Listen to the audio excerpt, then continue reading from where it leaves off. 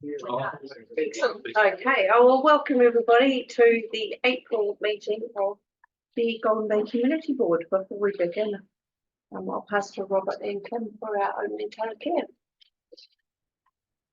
E tātou, whakataka te hau ki te uru, whakataka te hau ki te tonga, kia mā kina kina ki uta, kia mā tara tara ki tai, ihi aki ana ti atakura, he teo, he hupu, he hohu, ti he moriora. Well, thanks, Kim. Thanks, Robert. So we have an apology from Councillor Hill for lateness today. Yeah, so she will be here, and you will have noticed there is a glitch in our system which is granting clear leave of absence, and it's appearing on she does in all reports throughout council. So I hope she's going somewhere fun. She's going to Greece, I think. Perfect. So somewhere fun. Good.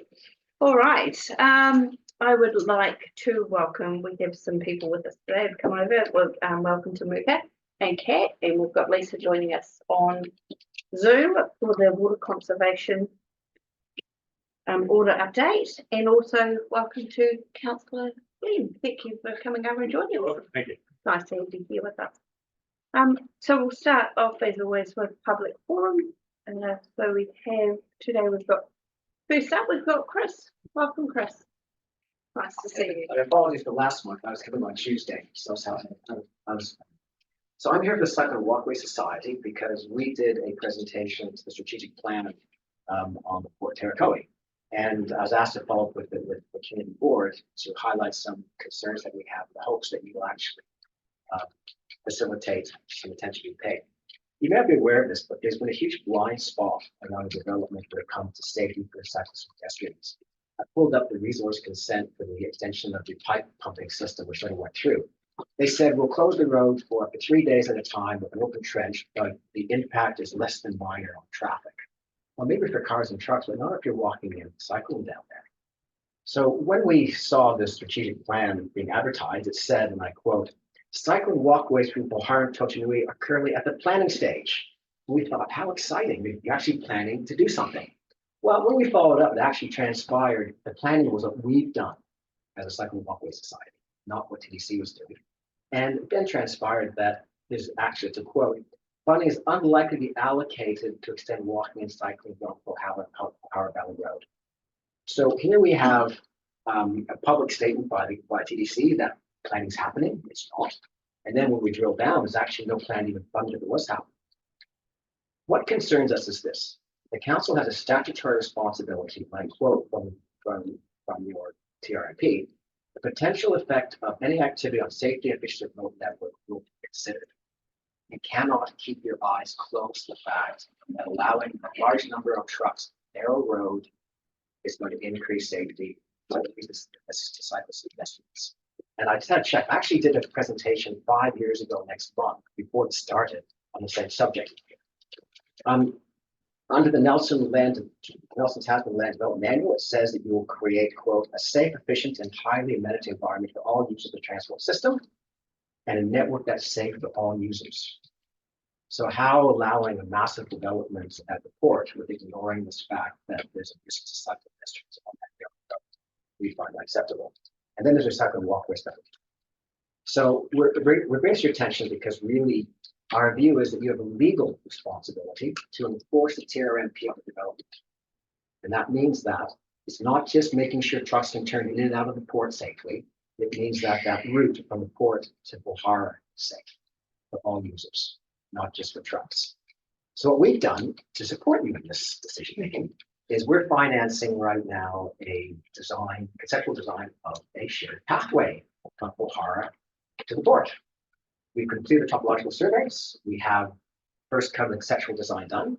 And so we hope to be able to give the community board a way forward for you to consider having a solution to this problem, which again, in our view, you are legally required to ensure that development does not increase the risk to cyclists. Thank you. Happy to answer any questions. And that was the copies from last time that you've been Yes. around, Jesse. And that was our submission we made to the Perfect. Yes. Thanks, Chris. That's great. I'll go back on my job. See you guys. Thanks very much. Katie is not volunteer. Okay, we will go on to Cynthia. Hi, Cynthia. Sure, everyone. In December last year, I had a meeting with Richard Hilton, I think his resource management, Tasman District Council, about blocking off the vehicle entry at the bottom of Lees Road at Greater Time with rock. And that was carried out around about a week before Christmas.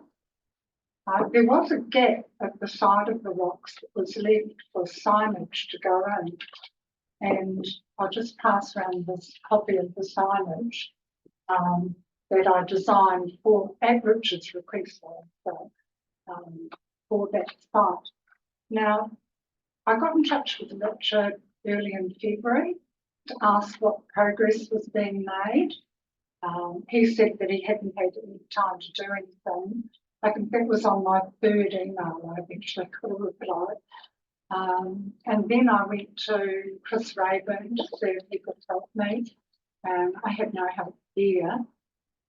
So I passed over a copy of that at the counter when I was in Richmond last month. And I still haven't heard anything. So this is a photo of the side of the rocks and the site for the signage. So I'm hoping that perhaps I could get a letter of support from the Golden Bay Community Board for the sign, because at Easter we had a lot of quad bikes going around the side of the rocks where the sign is supposed to go. Some of them were right up on Bird Island. I'm just thankful at the moment that we don't have any birds up there. So if I could get some support from the Golden Bay Community Board to get that sign made. And in the past, I've ordered signs for council from Designer in Richmond. They've voted for them. That quote's been accepted by Tasman District Council. They've sent the sign to me and the bill has gone to TDC. So I'm happy to absolve them of any work in this. I'm really just looking for a yes or no answer to see if I can go ahead and order the sign. And your support would be much appreciated. Thank you. Anyone got any questions?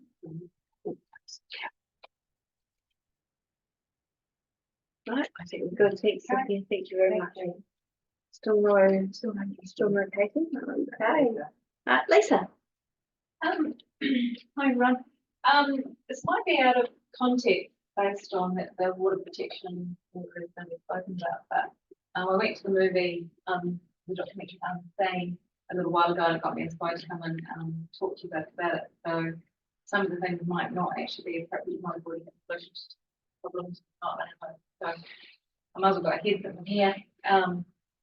It's the right time to do so. So I've had an interest in sort of the water of Golden Bay since Flag started. I tried to get on the group then, and also made submissions to the water protection order hearing back in the day. And thanks to me, and I'm sure it seems to the environment, but also that the Purpose Springs is a significant body of water, and it deserves a protection order. And now it's written into legislation, and we as a community need to be acting in good faith and custodians of it, really. And when you go anywhere else in the country, it's really easy to take for granted what we have here. Like, like when you go, I grew up in Waikato, right? And like all of the rivers are absolutely disgusting. You don't really want to swim in them. You come here and it's like, oh my God, this is like so pristine. You go down Ashburton, you've got so much nitrate in the water that you can't even feed the baby because it simply takes so it's really easy for us to look at our water and go, it will be like that forever because it has been like that. So we need to do our best to look after it. So I've got three or four things that are sort of like and make sense to me to sort of move forward. One is that I asked council that they celebrate and support the protection order greatly by honouring it. Now that it's gone through the environment as it's legally standing. But you know, there's many ways to celebrate it.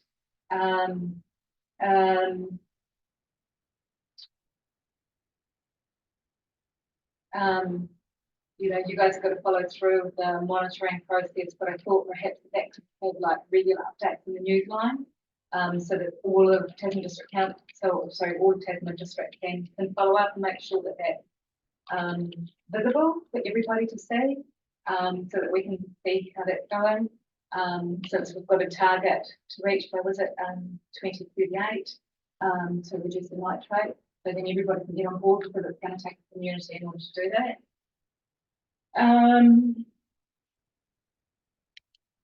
So that's the first recommendation. Second is that I actually asked, and this might not be appropriate depending on what you guys have already come up with, but my suggestion is that you guys fund an action task group that can liaise with the landowners and support them with what they need. Like, for example, we've got Project Janzoon, not sorry, Project Janzoon, yeah, that's another one, but we've got Project Divine that goes around like weed busting, but they've also been for like helping out in Motupi with like the swamp and planting. Perhaps they could be also used for planting waterways. Perhaps, you know, the task group could be sorting out problems like funding for fencing. You know, the trust power, or if we've running the Cobb Dam at the moment, you know, the Pupu Hydro also gives funds. So there's like the task group could seek funds to solve the problem that we have in the community in order to achieve that. And then also help with like educating around like the soil management. You know, we've got Merv Solly locally, who's a really strong advocate for soil management, natural healthy soil management. He's studied it to the max, and you've got, according to him, I spoke to him the other day, you've got like companies like Ravensdown who are like advocaatly wanting to retain these systems on the, you know, the local land use, which is for their financial gain, but also 1 minute to go, Lisa. thank you. It can be advocated for healthy soils because that's one of the major problems with the nitrate is synthetic fertilizer on the land. So the task group being an action group in order to liaise and facilitate change and see where it's needed. And then the third one would be to put the protection order and the necessary actions as part of a permanent part of the Tasman District Council's long-term plan, and all of the actions in these, but then it can't be forgotten and it's not, which but yeah, never mind. Yeah. Thank you. Great, thank you very much. Cynthia, Mr. Khan. No, Katie? No. Okay, thank you.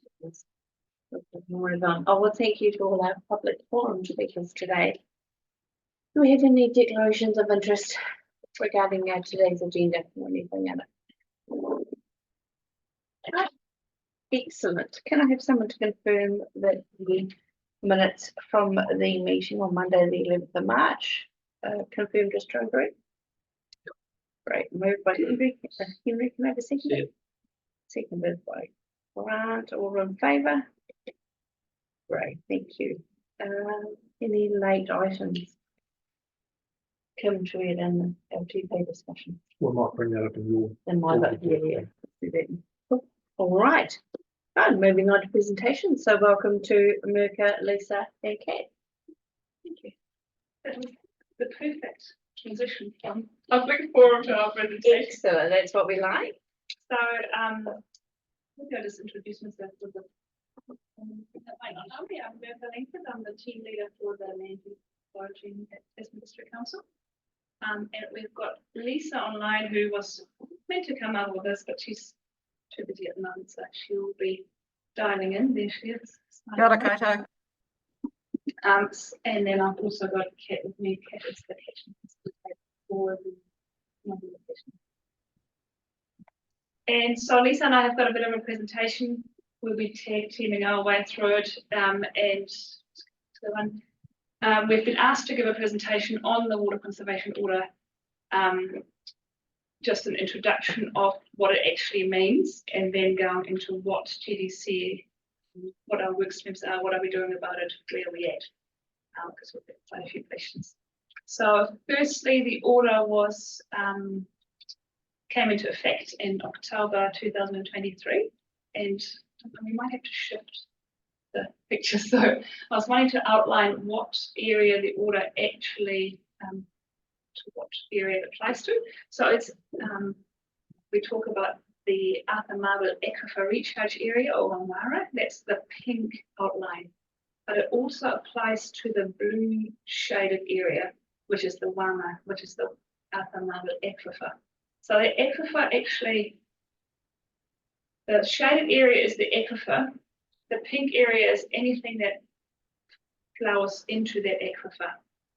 The reason why there's a difference between the blue and the pink line is that the blue is the confined part of the aquifer, whereas anything that's in the pink is in the unconfined.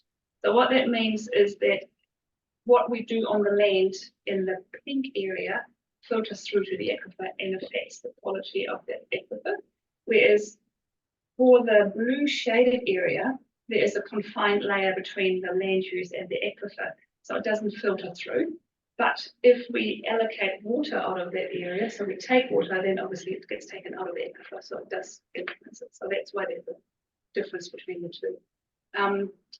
Overall, if we look at the Wamara, which is what we tasked to manage, 87% of that is actually an indigenous forest. 2% is exotic forest and 10% is in grassland. Now, out of that, there's 1% is irrigated dairy, 2% is dryland dairy, and 5.5% is even dairy supported livestock farming. So it's a bit confusing because it's 10% grassland and farms, but then when you add the 1 plus 2 plus 5.5, it doesn't make up 10%. So you're probably wondering why, but there's a bit of grassland up, for example, at the Canaan Downs that aren't actively farmed, but it's not native forest either. It's just, and then 1% other units, which is relevant. Yeah, so that's now we do, I'll get to that in my last slide, but we do now have a landing page for the water conservation order on the TDC web page. And if you go on that, you can actually go onto that map and you can zoom in. So you can then zoom into the property and see where that pink line is. So where does the water conservation order apply, and where doesn't, so you can see it on a property boundary scale. Next slide. Oh, yeah. Lisa and I thought we should just put those photos in here just to go back in time and step back and see how the area around the Pupu Springs themselves have changed from the earliest photos we've got there from 1940s to 2023. I don't need to say much about those photos, but it's just quite nice to see how the land has changed around it. Slide. Oh, so with the water conservation order, there are obligations on Tasman District Council, and our obligation is to protect the springs and the associated values and to work with Ngāti Whenua Kiwi to achieve that. And protecting the springs means that we have to restrict future permitted activities or consent that may impact the water quality or the flow. And that includes point source discharges as well as diffuse discharges. So that means a diffuse discharge is what happens on the land that might filter through into the aquifer. There is scope to grant additional consents, but they can only be granted if it doesn't impact the aquifer. So it's a really, really high bar. And TDC has to manage 4 water quality attributes, and these are nitrate, dissolved reactors, phosphorus, dissolved oxygen, and water clarity. And TDC has to monitor those attributes and ensure that any future permitted activities or consents won't on increase the nitrate footprint, and in fact, the water conservation order asked us to reduce the nitrate in River Springs. I'll get Lisa to do the next few slides. Thanks, Mirka. Yep. So in terms of the water conservation, or as Mirka said, it focuses on water quantity, sort of flows at the springs and water quality. The specific stuff that the WCO sets for us, it sets an allocation limit in the Waimara, so that's that pink area, of 766 litres per second. So that's equivalent to 10% of the mean annual low flow at the springs. It also sets a minimum flow to be protected at springs of 6895 litres per second, and that's about 90% of that mean annual low flow. So the system that we put in place through the regional plan has to meet both that allocation limit and protect the minimum flow. The water conservation order also sets limits, as Mirka said before, for nitrate, phosphorus, dissolved oxygen, water clarity at the main spring and Fish Creek springs. And it gives us a nitrate limit of 0.41, and we need to be meeting that by 2038. So at the moment, it's a bit higher than that. It also sets an action trigger within the WCO of 0.44 milligrams per litre. So that's up until 2038. If the springs monitoring shows us to be above that, that sort of triggers some further requirements for council to be having a look at why that threshold's being met and what else might need to be done to bring it down to get that increasing trend downward to meet that 0.41 by 2038. So just a quick comparison in terms of what the water conservation order does with our current situation. So we're currently in that Waimara, the pink area. We have, depending on how you look at it, around 518 litres per second granted under consents. So it's about 248 litres sort of available. But again, as Mirka said before, that's only within those water quality limits. So those have to be met before additional water can be released. All water permits will need to have cease takes embedded to protect that minimum flow. Currently, the three largest consents in the Waimara already have them within their consents. But as we go through and once the plan is in place, we can review the existing permits as well to have a look at putting in those cease takes, and also any new permits will automatically have that cease take applied. So that means once the flows at the springs reach that minimum level, then all abstraction will be cut off. So the flows can still decrease naturally below that. They've done that just recently, well below the minimum flow due to the current dry conditions. But yeah, so once the plan's in place, any abstraction won't be influencing that. Currently, in terms of our monitoring, it's going to take a little while to understand how the monitoring relates to the limit in the water conservation order. That's because of the way that they've set up the compliance statistic around the limits. So, but at the moment, the water conservation order applies. So it has existing legal effect. It's from October last year. And so the limits that are there for nitrate are already in place and legally operating. WCOs can't affect existing permits that are in the catchment, but they will affect them once they are expired. We also have, once the regional plan is made operative, we've got the ability to review those consents as well. So that may happen in the near future. Essentially what the water conservation order does, though, is it does set up a moratorium on new permits, both for water take permits as well as particularly nitrate discharges until those nitrate limits are met. So it has quite a high impact on that Waimara catchment. Just in terms of the context of the WCO, I guess I just want to highlight that council is only one of the organisations and groups looking after the springs. Obviously, there's Mana Whenua iwi. The Department of Conservation also have their own rules and controls over the area of the reserve. There's also the landowners, both surrounding the reserve as well as in the Waimara, and obviously the wider community has roles to play as well.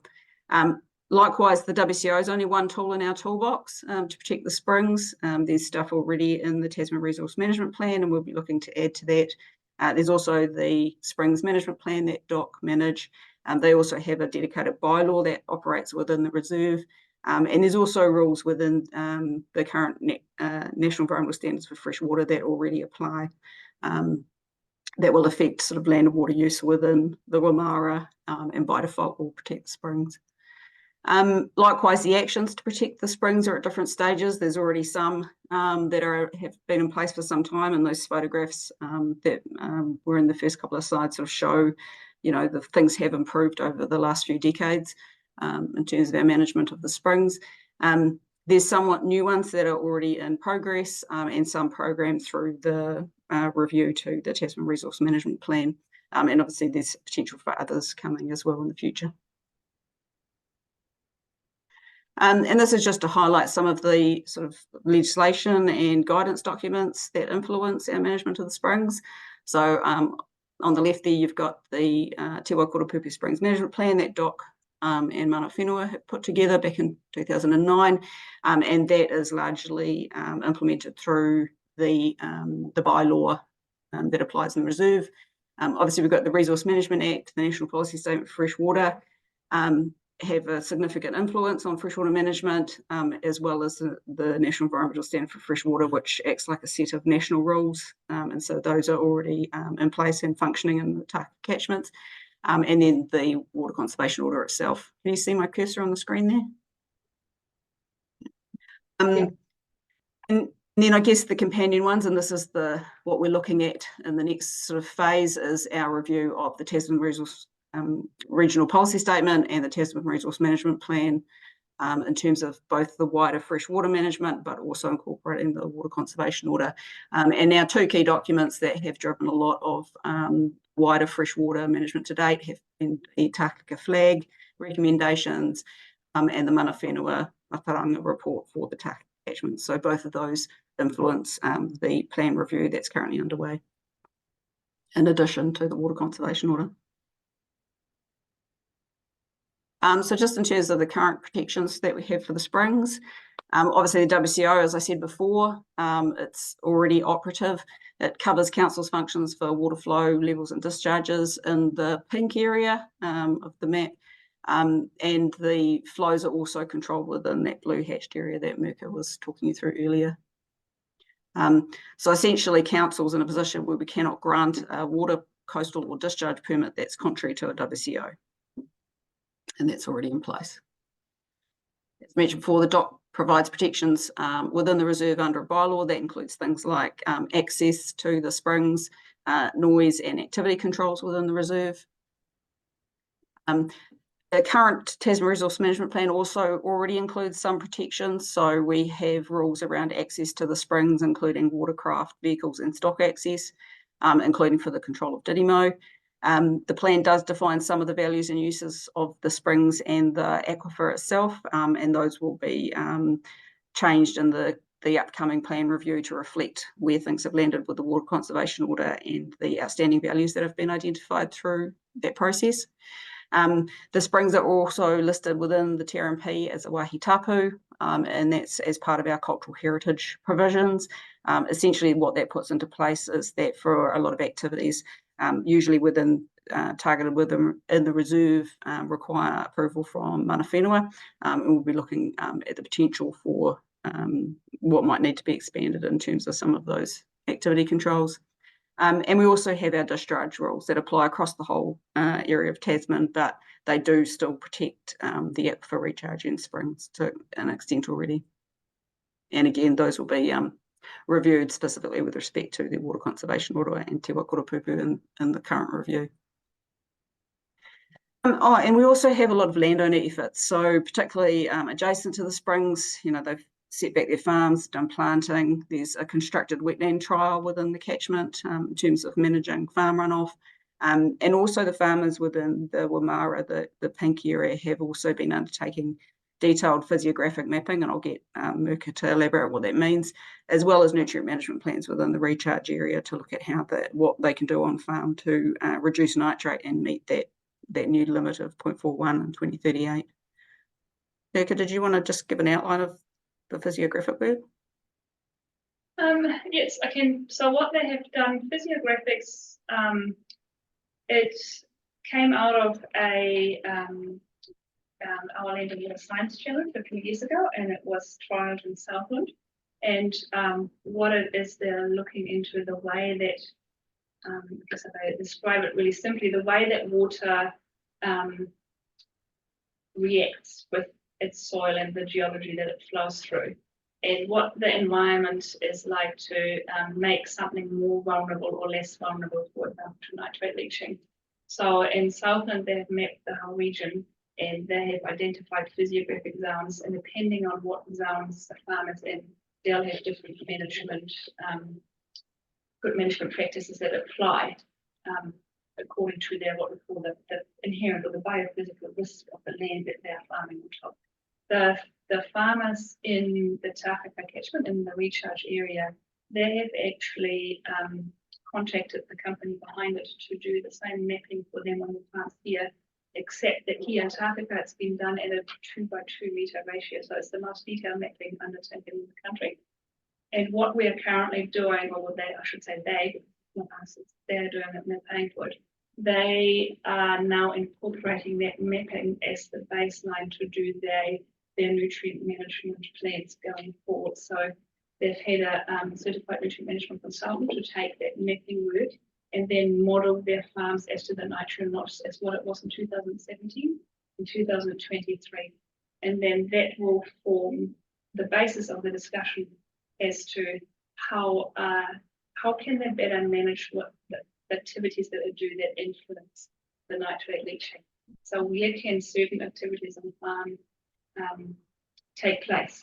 If we, for example, if we take the affluent areas, they can then really analyse what is a good place on my farm for that effluent to be discharged to land, because some areas of the farm might be more vulnerable than others. So it's those kind of things and discussions to be had.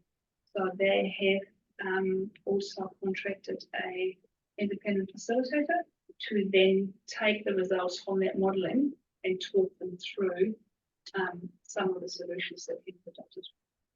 It's quite exciting. Thanks, Murka. That's the last slide. So just in terms of the work that we've got underway to implement the water conservation order and to address the nitrate levels and reach that limit.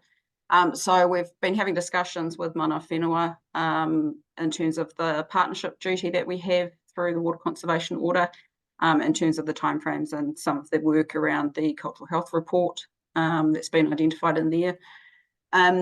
We've also, in terms of the monitoring, so there's a specific requirements within the water conservation order for monitoring of nitrate, phosphorus, water clarity and dissolved oxygen at the springs. Council's already been doing that monitoring, particularly with nitrate and phosphorus, since the 90s, but the conservation order has required us to increase that frequency. So that was started back in June last year. That says 2003, it should be 2023. And the water clarity and dissolved oxygen monitoring happens in an intensive 3-month period over summer, every 5 years. The last one was in, I think it's 2021, and we've got one scheduled for this summer to start in October, and then it'll be every 5 years from there. The court report that came alongside the water conservation order recommended some peer review in terms of our science program, and so that is being initiated at the moment. And it's expected that that report will identify any improvements that we can make to the monitoring program, and that will have to go through our next funding round process for any changes. As I said before, we've also got the plan change covering the regional policy statement and the Tasman resource management plan, and that's looking at Tasman freshwater in general, but will also include the water conservation order. And what that will do is it will put in all of the supporting plan change aspects that will help implement the water conservation order. So the water conservation order as an instrument is quite narrowly focused on water quality and flows, and really does focus on the water side of those things. So I liken it to, it includes a lot of the ambulance at the bottom of the cliff where the plan's got the ability to put the fence in at the top. So they'll work together once we have the new plan in place. It'll work with the water conservation order to really comprehensively protect the springs from both the water quality and quantity side of things. And Murka, I'll hand back over to you for the blue bits. Yeah, so freshwater farm plans, there is a national regulation that's come to us. So according to the regulation, we're rolling out freshwater farm plans to all pastoral plants over 20 hectares and all horticultural blocks over 5 hectares in the year 2025. For the Mamara, specifically the freshwater farm plans will be quite bespoke in terms of requirements within the plans because they are one of the tools to implement water conservation work. And that's where things like the physiographic mapping and nutrient management planning can have some teeth. So that's what we're looking at. And quite interestingly, on that one is when the flag wrote their recommendations report, they actually recommended what they then called risk to water plans, which is quite funny because back then that is what they wanted to happen. Now it's a national regulation, so we just have to make sure that the content of the plans in the Mamara is exactly what to do. We've got a number of science investigations currently being done or being commissioned. So we've already got some land use maps done that we didn't have before in more detail. So we know, and it's actually for the whole of the Tasman, not just for Mara, but we now have got new property scale land use maps so that we know how land is being used where, so we can redo some of the sort of nutrient modelling for the catchments on up-to-date data. The land use maps also includes historic land use maps, so we can have a look at the change over time. And they also include maps of the biophysical risks. So physiographics, not at the 2 by 2 meters that the farmers have initiated themselves, but at a regional scale, we're also getting physiographics for the whole of the Tasman to use in freshwater farm plans. There's a bit of science work underway to look at the climatic nitrogen variability. We have got an EnviroLink project that we've applied for to map the karst landscape because we don't actually have an accurate map of all the sinkhole and tamas. And what we've asked for is to map them, but not only to map them, but also to classify them in relation to their risk to the aquifer. And then on top of that, we've asked for good management practices for farming, specifically relating to the risk of the classification of the tama, so that we can then use that as one of the information layers in those freshwater farm plans. So we'll have a management framework to say, if the tama that's classified A or B or C for risk, this is how we expect you to manage that tama on your land and your activities around it. We also, there's some work underway to look at the lab differences. And Lisa, have you got that other graph that should be underneath the top graph? That one there. So there are, oh, I can't really see it so well there, but there seems to be some differences in terms of the nitrate level depending on which laboratory does the analysis, even though they're using the same methodology. So it's essentially the pink versus the blue in that left graph. Yeah. So we're looking into that. And Lisa, you might be able to talk about the models more than I do. That's just absolute.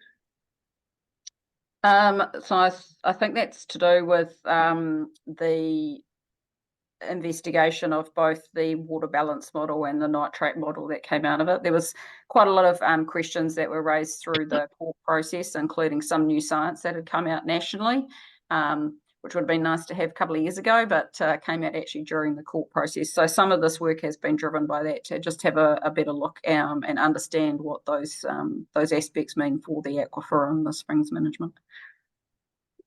So then we also have got the action plan for the Mamara is currently being drafted, and that action plan looks into the tools that we've got in the toolbox to address reducing nitrates, and that goes over and above just the plan change, because that's also some of the non-regulatory incentives that we could put in place to make sure we meet the limits. So that's looking at the wider suite than just a sort of regulatory focus. And that is due within the next month or so, but that will just be the first draft. We'll build on that draft to make it the action plan through the consultation. we now also have, talking about public communications, a dedicated water conservation order webpage. So if you go onto the Tasman District Council website and you just go to this, put in the search button, water conservation order, it puts you onto that page. And that graph that we've got at the bottom right there, for example, that is on there, that is live. So you can click on there and you can see what the latest monitoring results are. And you can go back and use a little cursor to say, I just want to know the last year or the last 5 years or the last 30 years. You can see the way that you'd like to see it. As I said before, there's also the map of the area, so you can actually zoom in onto the map and see where your property is. Are you in or out? Does it apply or not? And we will update that web page as some of the science work has been done. We will just keep it updated and maintained. And that is it. That's where we're at. Excellent, thank you. No, sorry, no questions from the public today. This is a board presentation. Do any of the board members have questions for Muka, Lisa, or Kat? I have a couple. What are the actions? What actions will you use if the nitrates are high? How do you actually deal with that? If the nitrates are starting to go up, how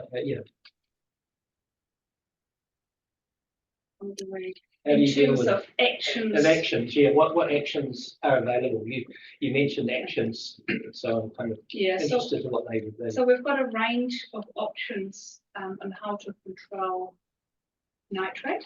So we could control the nitrate input. So we could put controls into saying this is the maximum amount of fertilizer, or this is the maximum amount of cow numbers. We could control the input. We could also control the output. So we could say, well, everybody has to model their nitrate footprint and have to show us how they're going to reduce that footprint on their farm, but leaving it up to them and their range of options to how to go about it. Okay. The Tākaka flag also identified some other recommendations, and one of those, for example, was audit of on-site wastewater systems in priority areas, just to make sure that they are working properly. Because a failing septic tank, for example, particularly, we've heard anecdotal sort of comments from people in the Tākaka community that they know of some of those that are directly tied into some of the tomos. So that kind of thing could, in that sort of non-regulatory, non-planned space, could also be done within the catchment as well. So that there's a range of stuff that can be looked at, and partly, I guess, the initial focus of those actions is understanding sort of the potential risk areas better. And Muka mentioned that work around the karst sinkholes as well. So that was something that's been identified through the process. As something that could do with better information. So it's a combination of better understanding what we can do, and then also some of those actual actions to change things on the ground. Thank you. I got a couple more just quickly. What who's doing the peer review? How does that? Is it an outside, obviously, than the lab you're using, which? Yep. So the peer review in terms of the science recommendations from the court, I take it that's what you're meaning. So that it's a very technical review in terms of what the court has recommended to us. And there's actually few and far between scientists that haven't already been involved in the water conservation order process to date. So to get a truly independent peer review, we've had to go to specifics. And sorry, I've forgotten the name of the guy. His name is Murray, but I can't remember his last name. And so he's been engaged. So he's a hydrogeomorphologist, I believe, who has sufficient understanding of these kind of groundwater, complex groundwater systems. So he'll be looking at that, and it'll probably take quite a few months for that review to occur, but it should be initiated and underway. Okay, thank you. One more question, which is which labs are we using, and what are the methods, and why are we getting the mixed results? I think that's a little bit maybe the peer review will sort that out, but just not too sure where you go from there, and yeah. The Tiwa Koropupu Springs is part of our national groundwater program. So it's there's a number of water bodies around the country that are monitored by GNS, so that's one of the Crown Research Institutes in New Zealand, and they have been working closely with council since the 90s to be monitoring groundwater at Te Waikoropupu. So obviously they do run that national system, so they are the ones who do the laboratory work for that. They are not a commercial lab, and so they only do that national program. So anything outside of that, they don't normally do. I think they made a special exemption for some of the work in the Tākaka, but they've indicated to us that they won't be doing any of the lab monitoring work for the additional frequency that the court required. So the lab that we would normally use for water quality in Tasman is Hills Laboratories. So what has happened now is that Joseph has approached Hills Laboratories to do that more frequent monitoring, and we've been running that in parallel with the GNS monitoring to sort of get a bit of an overlap. But I guess this is a reflection of just how clean this water is initially, in terms of we're down at the sort of the level of sampling and lab analysis where we're pushing the limits. And so the two labs, they use the exact same methodology. It's referred to as IC on those graphs, the pink and the blue ones. And I think that is isotopic chromatography, I think. Don't quote me on that one. Joseph's probably the best person to answer these questions in detail. But essentially, there's always been recognised that there's a difference between those two labs, and it's just a nature of laboratory sampling. And so because we're now using Hills Labs, there's a distinct difference between the historic data set that GNS take. So GNS will continue to do the national groundwater monitoring program, but they only do that 3 monthly because that's sort of considered to be best practice in groundwater, and the Hills work will be done for the more frequent monthly monitoring. Thank you for that. Celia. Yeah, I've got a couple of questions. Firstly, thank you, Lisa. Are you working in with the Friends of Golden Bay, who have been doing monitoring for a long time and have got a body of data? Is there a sort of a teamwork, cooperative process going on that their data is being shared, used to create, the bigger picture? So at the moment, the data that is on Council's website is just the TDC collected data. The Friends of Golden Bay have previously provided us with a few of the years of their data at the beginning of the court process, but they haven't actually provided anything for the last, I think it's 2 years. So we don't actually have their data. I guess in terms of it being included, so we need lab verification for any data that goes into TDC's core data sets. So yeah, at the moment it doesn't include their data because we don't have all of it. We don't have all of the lab sheets to verify the data set. So the short answer is no. Okay, thank you.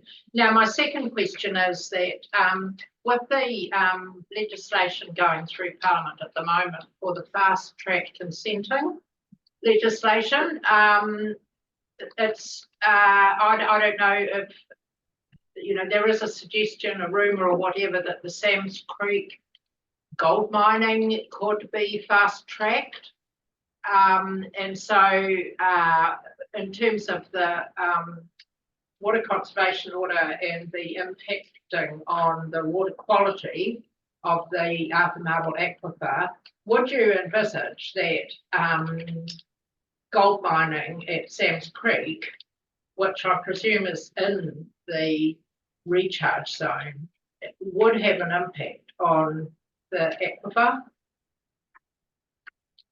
Potentially. So Sam's Creek is within the recharge area. My understanding is if that gold mine went ahead, that it would be equivalent to hard rock mining, and they would probably be using some form of explosive, and the explosives they normally use are nitrate producing. So yes, there is a potential for nitrate source to be created through that. The fast track question is really interesting. The way they're setting up the fast track, it is essentially, I guess, overriding the purpose of the RMA, comes secondary to the Fast Track Act.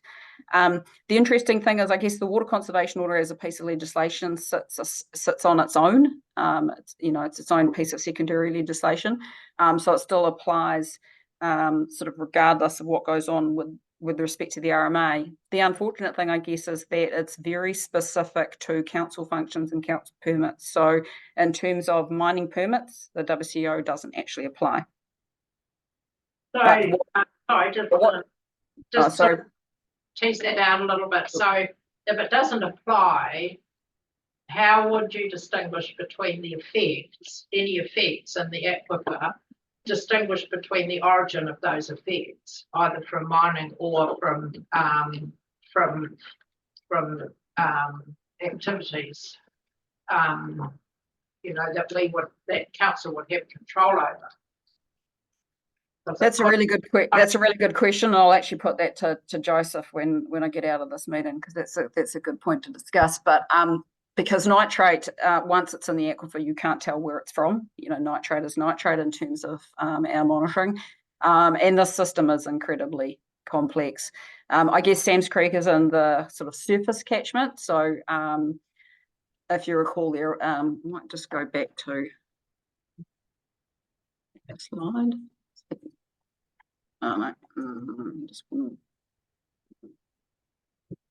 So in terms of this map, the green area is the unconfined part of the Arthur Marble Aquifer. So, the rest of it is sort of more of the surface catchment, but can flow into that area. So there may be the potential for sort of monitoring in terms of the surface catchments that are draining out of that area, to have a look at what impact they might have at what is coming into the area that could inflow to the unconfined part of the aquifer. But yeah, certainly it is an interesting question.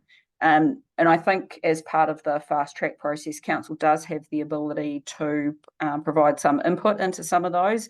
And certainly I would expect council to be pointing out if there is nitrate related explosives being used in a place like that, that could potentially have an impact on a water conservation order body, that we would be highlighting that these bodies do have a legal protection over them, and it would seem quite perverse that some other activity through a different process could adversely impact on the water quality of water conservation order body. Thanks, Lisa. Robert, did you have a question? Grant, It's not just nitrogen, it's with hard rock mining, of course, it's other heavy metal contaminants. It's kind of a point, really. Henry, did you have any questions from the board? Okay. Any more that you want to add that you think we might have missed or misunderstood? Great. Thank you so much for coming over today. It's always nice to have you come visit. Thanks for. Could I ask a question? No, I'm sorry, there are no questions. Just about the process. Thank you very much, Lisa, for your time. Why See you later. Okay, so because it's not an open workshop. This is a presentation to the board. I really enjoy it and I'm appreciative about that. We've had people here having a comic back. No, not for presentations. No, I'm sorry. Okay, it's part of our standing orders. Okay, so moving on to welcoming Chris. Thanks, Chris, for apologies. You're okay. Things are busy. That's all right. Glad that you could join us. Yeah. So, moving on to our reports. The request for the approval of the names and the new Richmond Road Pahara. I guess I'll go first because okay. The bit that sticks for me is the fact that the developer didn't have the courtesy to go and have this conversation with Mana Whenua himself. So that has then created a discussion that we potentially did not need to have. I'm just going to go ahead now and say that I am happy to go with the suggestions that Mana Whenua have provided. Second that.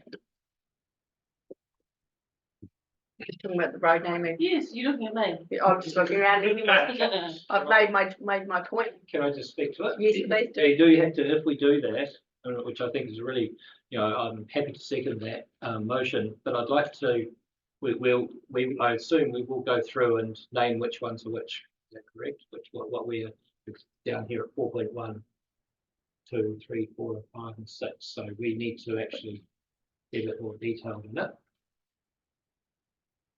And then 4.1, those are the names that the developers have given. No, sorry. The mana whenua ki mahua names are provided. Oh, and 4.3. Yeah, 4.3 is it? Yeah. So we need to, in the actual motion itself, there are recommendations. We need Go to 1, do 2, that, 3, and 4, 5, 6. I believe Matariki has already been used, so we are going to have to change that one. So Yeah, no, that's fine. do we just sit here now and talk about which roads should be which? We should just say one is whatever order they've given us. Robert. Yeah, I agree with that point that you raised. I think it's a very valid point, but I do wonder about whether there is an option. I know it will cause delay of the developer But that's fine, that's on them. working with mana whenua to agree on the name for roads 1 to 6, rather than us making that decision in the meeting.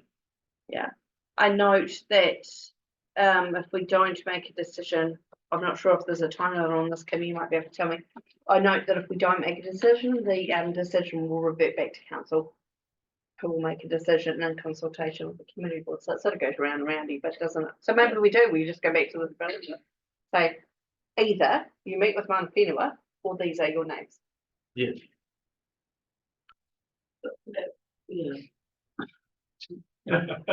Go, Chris. Come on, Chris. We're not Go on, looking Chris. at you. Well, mana whenua would say, look, we love these names, the reo has been,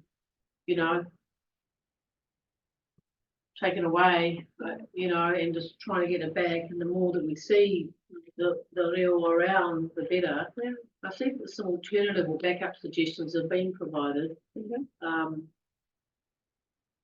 terms of matariki not being there's just been a hui the weekend at the marae from people around the country around Puana Matariki, so learning about the stars and to do with Matariki and other things as well. So it's not like it's this is a very current thing for Māori communities around Puana generally, cosmology and in terms of process, the board's got a right to, whether you're hoping that there's a meeting of the developers will meet with mana whenua. Oh no, I don't think he will. He's already rejected that from staff, so I don't think he will. So I think we just give them the names and we go from there. So, sorry, just to clarify that, so suggestion from Robert that there be some time. Has that been rejected? Sorry, I missed that. Well, that's They my were not, but request-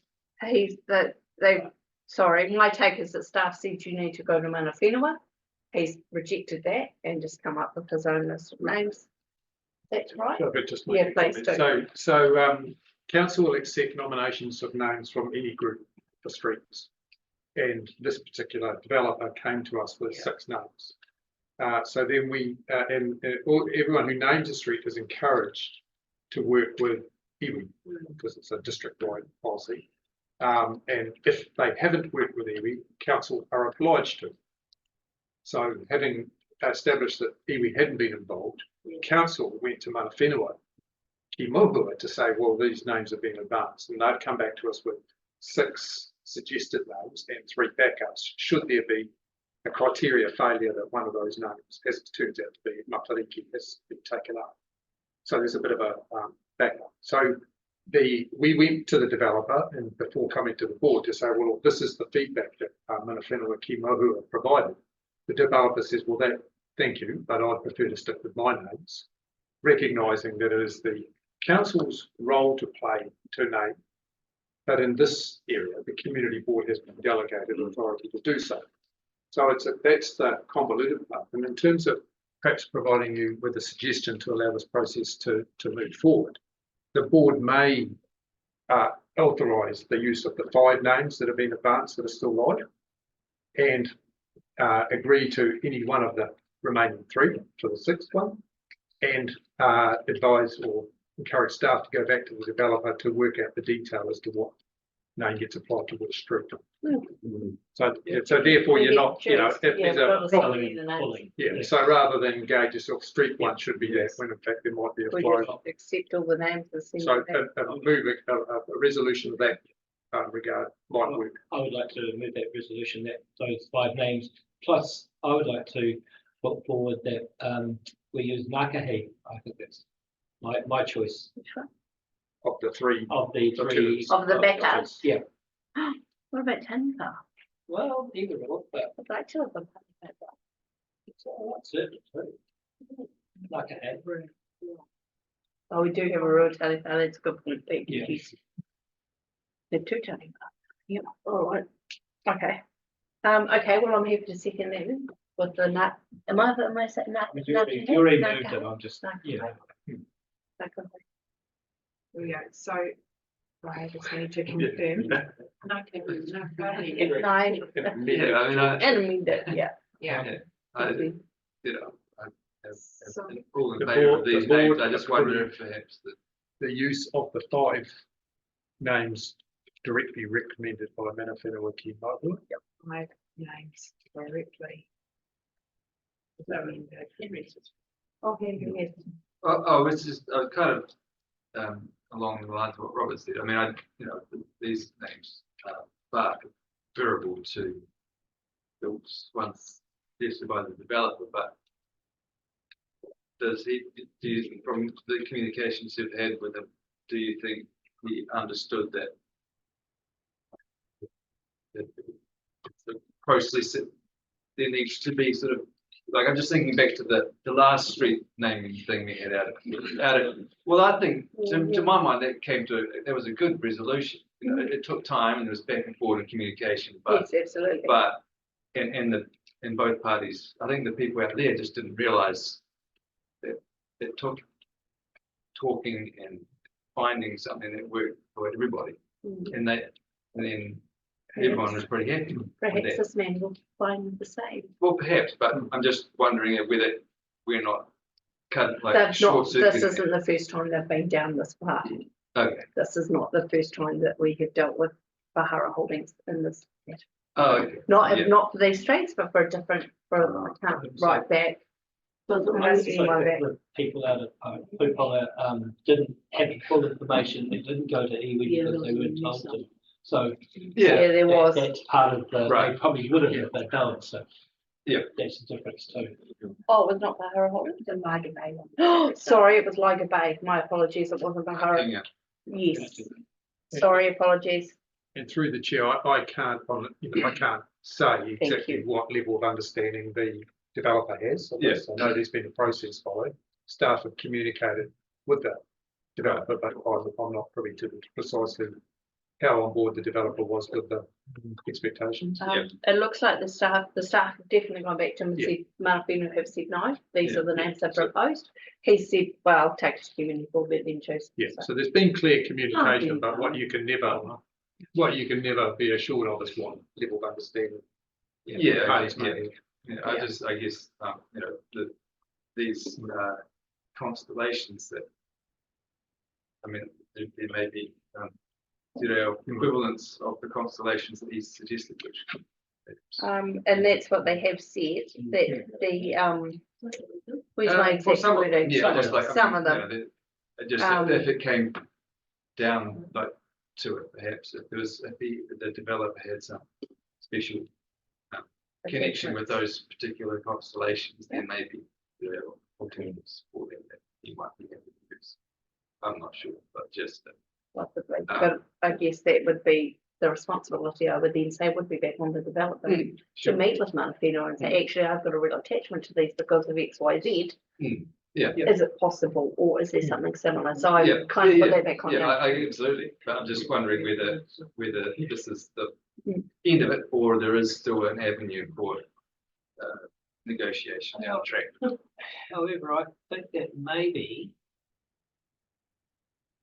Manawhina would have got the list, right? And they've tried hard to kind of work with the names that were given by finding alternatives to those specific names. Yeah. Maybe there aren't names for this other specifics that were needed. I Sure, think if they've done some of them, but not all of them, I'm just wondering if they'd actually. And possibly the name would have to fit with the area as well. Yeah. But that's a discussion that, again, the developer could have had. So apologies, I confused my developers before. It was like a bay, not this one, so my bad. So I will, so I've moved it, right, seconded it, all those in favour, so wait a Sorry, minute, so are we you're just already. adding- The amended one. Are we adding in Oh, a yeah. list of names is all? Oh, Because it's Yes. unclear. we on probably how should, that- shouldn't we?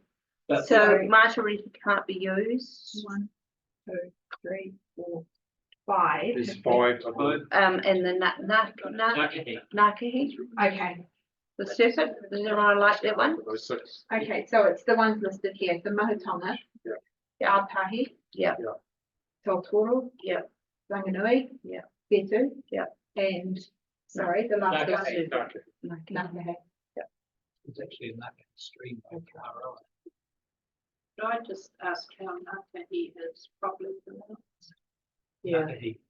Is that right? Nakahi, Nakahi. Nakahi, each syllable. Yeah.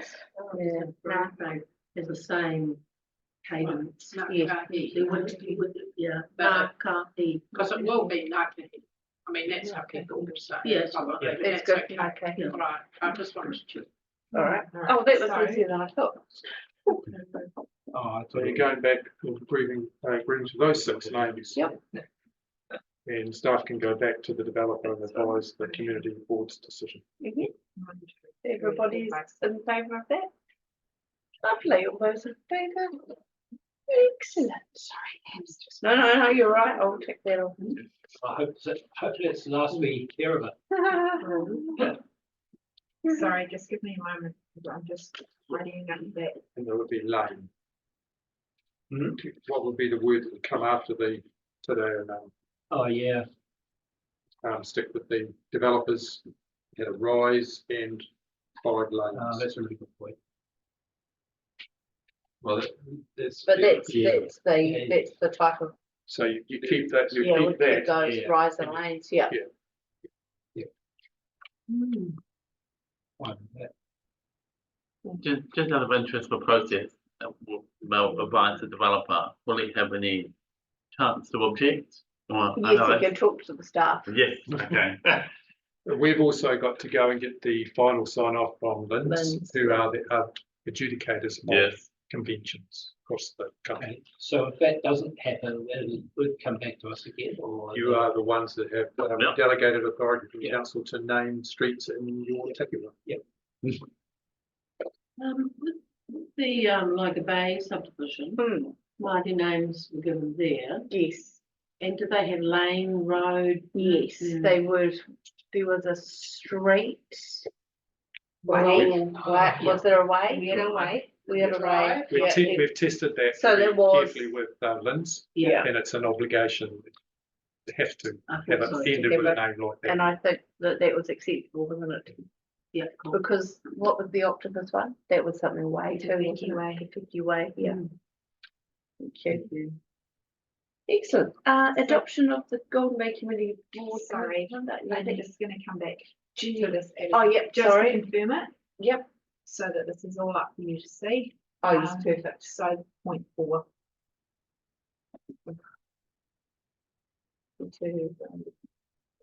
Yep. We've got to land the rise and wave. Number 1 was Mahutonga rise in the west Yeah, of the and then line way. item. And do, well, okay. Do we have to have them in that order? Or can we, as we just talked about that before, or can we just say in our motion that it's up to the a little bit of They can always come wiggle room back. to wiggle around, change them I think- around, but have the same names, but. Well, he hasn't Right. indicated a There's preference. a degree of Sorry, no. certainty with what you've decided right, on. sorry. Okay, if the developer wishes to rearrange things, then he can come back. Yeah, Cool. Okay, thanks. And there's no, yeah, he hasn't indicated a preference. Did he on his map? They're all ways. They were lane. Lanes rather than ways. yeah. Yeah, he Correct. hasn't indicated Oh, the lane. on his map Yeah. any. Yeah, so that's lane instead of ways. He's just got roads. He hasn't indicated anything on his maps, so. He's got Okay. his road and then, Yeah, he's just got roads. It's not much, is it? he's got, he's Oh, specified. yes, specified, Yeah, sorry. So we're replacing. Yeah, we're replacing same. Yep. Can I just have confirmation of who? Yes. Confirmed that. Moved by myself. Seconded by Grant. Everybody was in favour. Is that right? Right. It was. Excellent. Maybe, me, Grant, everyone. Now, okay, we've got Jenny. Yes, right. This is the adoption of the Golden Bay Community Code of Conduct. And there was some tweaking done by Jenny and Grant and Celia. Everyone's had a chance to see the tweaks. And Jenny, I think, was going to speak to them. Sorry, I was just trying to get my unmute working. Afternoon, everybody. Hey, Jenny. I'm just going to take the report as read. As has been mentioned, there was a workshop with the board looking at a proposed draft based on the latest LGNZ template and the code adopted by council. There were some amendments made to that following the workshop, and Celia had a couple of further amendments as well. So they've all been incorporated into the draft that's before you now on the agenda. So I'm just happy to take questions on the code, proposed code. And just a reminder, you do need 75% of those present to get a vote and get it approved across the line. Right. Oh, I just, I think it's a really good document. I think we should adopt it, and so I'd like to put the motion forward. Great. Anyone like to second that? Yeah. Great. Henry, I'll second it, good. yeah. Can't be all seconding. Yeah. Great. Well, if no one's actually got any questions for Jenny? Oh, well, I'm happy. Is there all those in favour? Lovely. We'll consider that adopted, Jenny. Thank you for all your work in working with us. It's been really appreciated. Can I just ask a little process question? Is that right? Sure. With the 75%, Jenny, we'd be Yes. 4.5 of us would need to agree. What do? You just round it up. How many voted today? We all got yes, thinking if you needed 75% and it was a bit dodgy, and you've got half a person needing to. You would need 5 out of 7. Yeah. Oh, sorry, 6. You've got 6 members, haven't you? Yes. Yes. So you would need 5 out of 6 for the. But that's been nice and straightforward. Lovely. Thank you very, very much. Now, actually, are you sticking around for the next one, Jenny? Which is the Special Projects Fund? Yes, I am. Sorry, I just realised you're looking at my kitchen. I thought I'd reset my settings. That's all right. It's very nice kitchen. It's tidy. Lovely, tidy. Great street you live in. Too late now. We know where you are. Yeah, I'm scrolling because I can't Yeah, it's not really. work my blooming. Get out of it. What's going Page on? 92. Thank you. Right. Is everybody happy with the Special Projects Fund policy?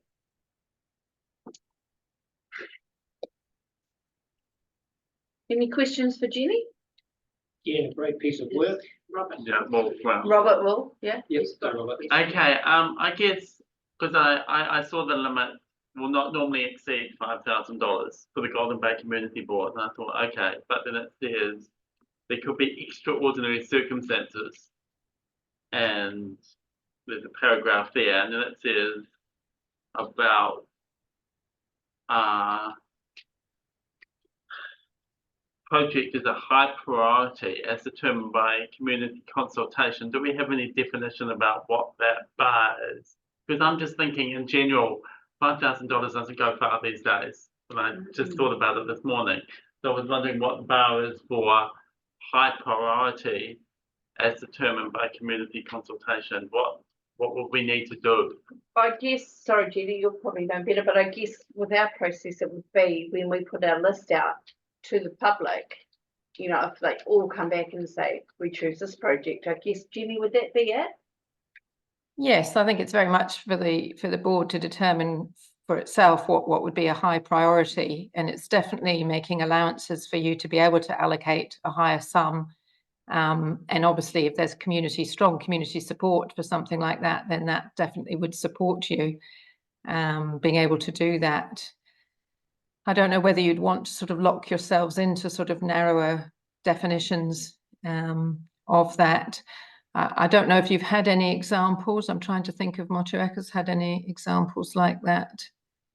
I think they did. I think there was something that they put extra funding into something, and I just can't think off the top of my head. But I think it was a physical project that required, you know, more funding than what they were allowed under the board. It certainly wouldn't be common, or I suppose, but the provision's there for you to be able to do that. Excellent, thank you. Any other? Just to clarify how it might be in here, and I may not have read it thoroughly enough, but when the potential projects first come to our attention, we come up with the projects, or do we ask the community? It's not, no, it's not part of the policy. That was going to be our next discussion on how we roll them out. We were going to come up with projects, Right, send them out. right. We're going to workshop them. Yeah, all right.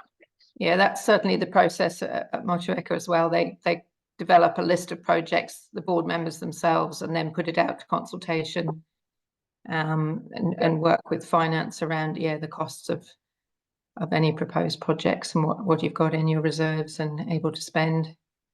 We thought in this instance we'd follow their lead, but maybe for this one. Okay, well, if no one else has got any questions, would someone like to move that we adopt the grant? Robert, all those in favour? Aye. Excellent. Special projects adopted. Thanks so much, Jenny. That's fine. Just in terms of next steps, there'll be a report going to council on the 2nd of May, at its meeting on 2nd of May. Well, assuming that Motueka does the same next week at its meeting. So it will be recommending the special projects policy for adoption by council. So you should be able to hear relatively quickly. Not necessarily from myself. I'm only here for this week and next week before I leave TDC, but that's part of the reason why I'm not there in person today. I would have loved to come up to Tākaka and been there in person, but just a lot of work to finish up. But I am making sure that report's all ready to go to council, so it should hopefully go through, and then you can apply the new policy. Great, and I think Celia, did you have one? Yeah, I just wanted to say thank you, Jenny, for all your support and help to this community board. Definitely. It's much appreciated, and I'm sure that your legacy will be long lasting. Oh, thank you. Appreciate that. Yeah, thanks, Jenny. Thanks so much, Jenny. That's good. All the best for the rest of your meeting. Thank you. Thank you. Okay. It's 2:20. Should we have a quick 10-minute little brain shake? I'm still thinking about water. I just note though, and I'm just wondering, in the road naming, it did say that we needed some good reasoning. Did you get some good reasoning out of it? Just in one of the, I'm not sure. I just said as long as we can document good reasoning for our decision.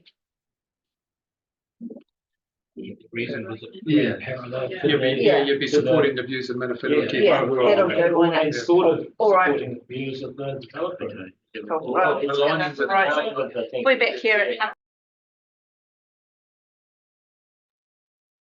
Welcome back, everybody. Right, board report. So, we're at that long-term plan stuff in here. Yeah, I think they can. Should we do that now? We're just got an addition to the board report regarding the long-term plan. At the last meeting, you requested a workshop during the consultation phase with Alan. So as a board, do we want a workshop and do we want our submission to be guided by Golden-based feedback, or are we wanting to do our own? I think we do our own.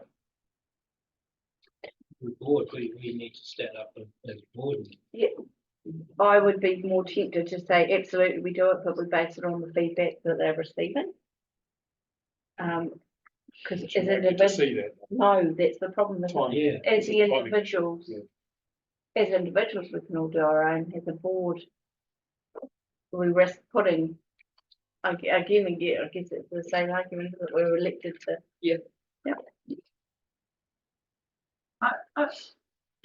I mean, it's one of the jobs of the board Mm. to advocate for the community, Yes. and you know, we can all go out and ask people what they think, but also there's a point in which Robert's been elected here, and people are trusting that he's going to represent our view about various things. There'd be a number of things the board, if there's an agreement, might be that you do the 75% thing or something, I don't know. Yeah. But to say, yes, that's great about Port Tākaka getting its legacy debt funded out of unencumbered carbon credits. That is going to stop us, it's going to stop people hammering away wanting equity to be sold in the port. That's a big deal. Yeah. But that is a game changer for the port. So for us to put in our submission to say we strongly recommend that, I think there's a lot of value in that. Okay. As one little example. Phones out, then people, and calendars out. Let's pick a day. You're having your consultation this Friday, is that the formal drop-in? conservation drop-in? Drop in here. Yeah. So that's where the LTP comes to town. Yeah. So maybe off the back of that, that's the time to charge your batteries and get a sense of what it is. Yeah. Because there's a certain framework offered up in the long-term plan. It's not necessarily commenting on everything. It's about 4, sets of choices. Yeah. And then you'd supplement, those 4 choices of inviting comment, and then there would be some other messages such as, because I don't think Tākaka features in the front themes, does it? They've been invited to comment on. Got to keep flipping through some of those. Yeah. So you'd be adding, it'd well up your view on those 4 things. Here's some things that's quite specific to the board. Yeah, and we can say how come, and that because it really will settle things down in terms of the debt loading. So the Friday session, or you could go, the Friday session gives you an opportunity to ask your final questions around how it's shaped. So then something after that, Abby, might be a good time for the board to reconvene and think about what This is the 2nd of May. That's Friday, isn't it? You're outside the consultation period by then. 12. It runs until 28th 28th. of this month. It's not long. No, it's not long. That's from. I mean, it's a 960-page document, and I know there's a lot of stuff in there that it's kind of, you can skim a little bit through, but it's quite a lot of stuff in there. There's a summary version. Yeah. Which is one that most of the consultation's been framed around. Yeah, sure. We could look at the AMPs we could look at the AMP for transport. Anyway, and the activity management plan, and just sort of have a quick explicit the key things that are coming through there in the next 10 years for Golden Bay. We could do that with some of the other key ones. What do you think? Transport is one of the key themes, of which there's 3 options broken down. So transport is one of the 4 key things that you're provided for comments on. And there's not, this time, there's not a lot of the Golden Bay. Like we've had islands in the past with our rec centre and that without an actual fact. We will be, you know, of course, those transport for regional wide things will be applied to us. But we haven't got a big ticket, but we will be wanting to comment on the use of our reserve fund contributions towards the Motueka swimming pool, for example. That's just an example. Yeah, I'll bring us a lot for other projects Yeah. too. That's our, I agree with that. Yeah. yeah. So what day? So our one's on Friday, isn't it? Friday the 12th. We've got the next 2 Mondays free. Right. So is it here next on this Friday in this office? Yeah. Yes, Yeah. Yeah. Right here.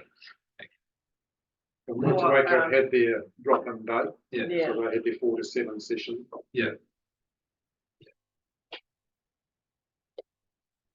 So then we need a workshop day for us to put in our own Before the 20th. For the 28th. before the 28th. Yeah, for we our do it own earlier. Submission. Beautiful submission. Yeah, to the So we could do that next week. Next Monday, maybe.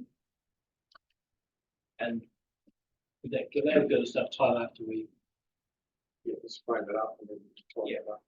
yeah, Um, would we have the, I, would have Jess no, available for that? might not be. Jess, Sorry, It's I'm actually trying to school summarize. holidays. School holidays. No. Sorry, what day we're proposing? next Monday. I'm pushed with staff on Mondays and Fridays. So availability. Tuesday. I'm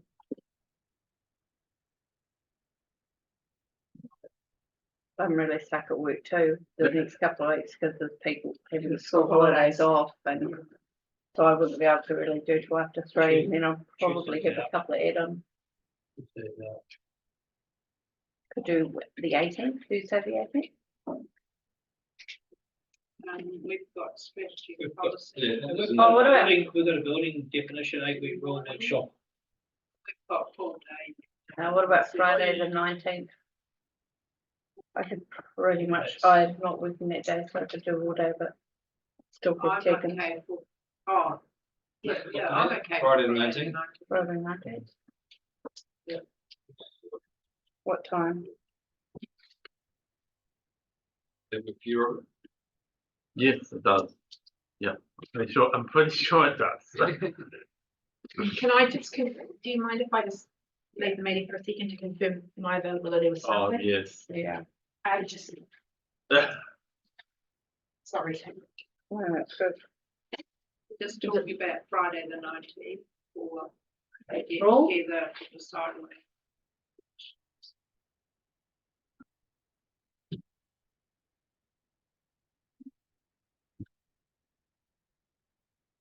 We do it, I think last time we did it pretty much straight on to the Tuesday as we worked.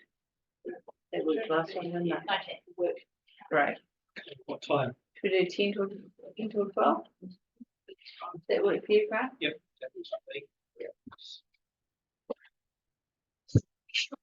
All right. 10 till 12. Friday the 19th of April. Here, can we book the meeting, please? Yeah. Thanks. Will that come through as a diary appointment to us? I was just about to add it to the meeting. Perfect. That's just, that's good too. Thank you. Okay, cool. There we go, done. And we Right, could all, if sorry. we get time, we can do a little bit of special projects funding in there too. If we're real speedy.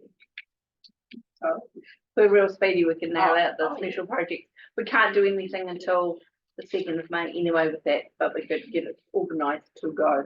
So Sorry, what was that? your submission, this is for an LTP submission workshop though, Yeah. for the 19th, 19th. from 10 until 12.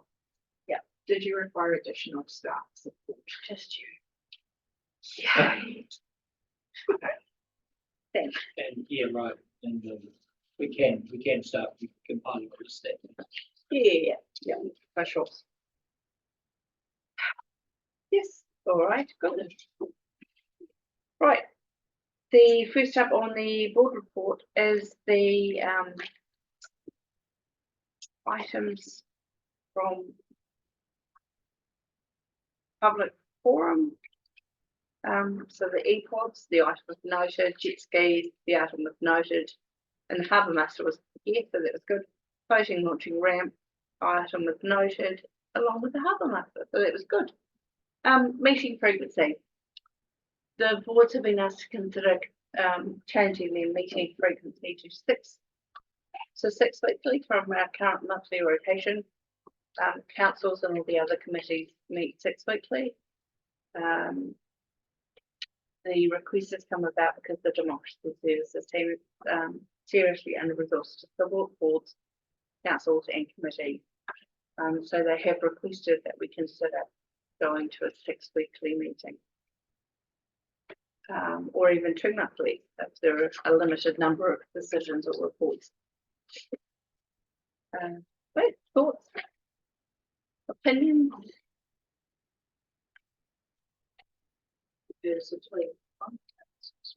I'll make over 6 weeks. Okay, with 6 weeks. Yeah. Yeah, like on the busiest of meetings, lots to get through monthly, but sometimes, you know, Yeah. kids can't be short. Yeah. So a couple of weeks. I'm okay with 6 weeks. Give them a Right. vote. Oh, I'm not excited about it, but I'll do it. Okay, good. We're all happy. Okay, we'll get that sorted. Do we want to? Do we need to minute? Do we need to put that in as As a part of the resolution? part of the resolution in the So, Weekend? next no, week? they will next week, I'd say.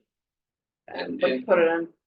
Presumably that'll mean all the dates we had set out for the year will change, right? It will change, yeah.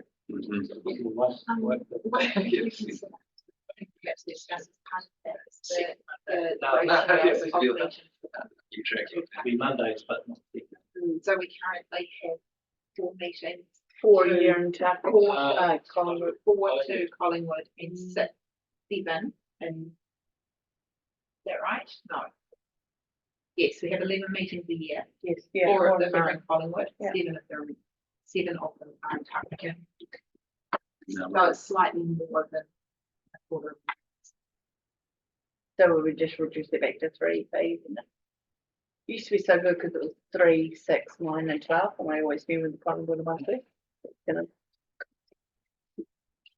that's okay, so we might just we'll need to figure that out when we get the dates set. We'll have a look at that. Do you want to, when do you want that in state? Or we should from as soon as Robin says. I guess I'm getting Elaine and Robin will just change that and send out all the new meeting. Yeah. Yeah. So you guys just Yeah. That would be the easiest way, wouldn't it? Once the meet dates are set, then we can say, oh, well, Collingwood, or what. just Yeah. just to say the point to note, it'll mean that any discretionary funding application, the window will, you know, so we might need to communicate that somehow to Yeah. public. It's going to be a longer time. Yeah. And change your policy. Through you, Abby. So with the discretionary grants, the policy states they have to be submitted 3 weeks before the meeting date. In reality, I'm accepting them up until the minute that I pull the agenda, which is usually a week and a half max out from the meeting. Yeah. So usually if they're going to get in, like the one with, I knew that Paddy was wanting to get one into this one. So I had contacted him to say your deadline's 6 hours away, get it in and we can get it onto the board's table. Right? Yeah.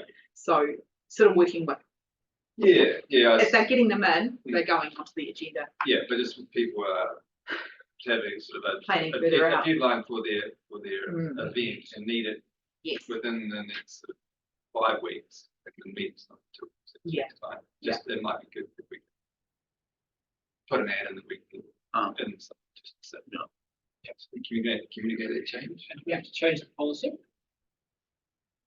Which policy? The policy states that it's 3 weeks prior to the meeting. So that won't change. It's the meetings will just be happening slightly further apart. And I would say 5 weeks out from a meeting, sorry, an event is too short notice for, I'm just saying funders are coming in earlier than that, talking about 4 months out plan for funding. But I accept that a 30-day quote won't be valid technically, but that's just something I need to work with, and I think we just need to make sure there's clear communication of dates. Yes, well, Jess and Elaine will sort that, and we'll figure, and then we can figure out just a signing point based on the availability of the fire protection.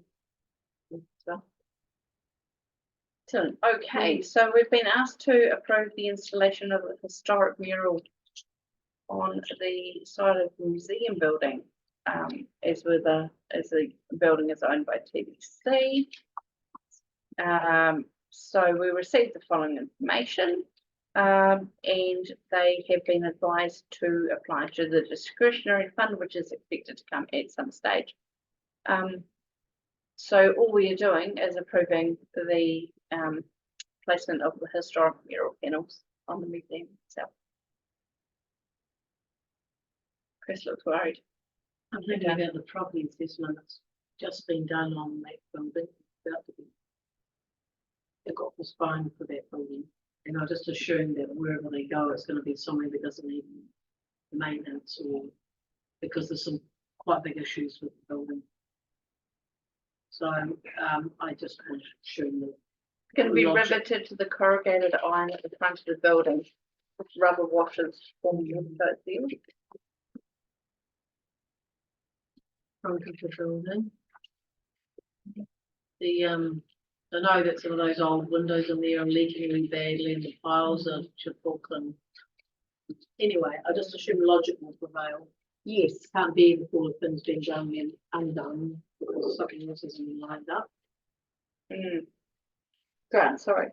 So I had seen the mock-ups of the mural, and from what I understand, it's on the corrugated iron part of the building, not the old part of the building. Yeah.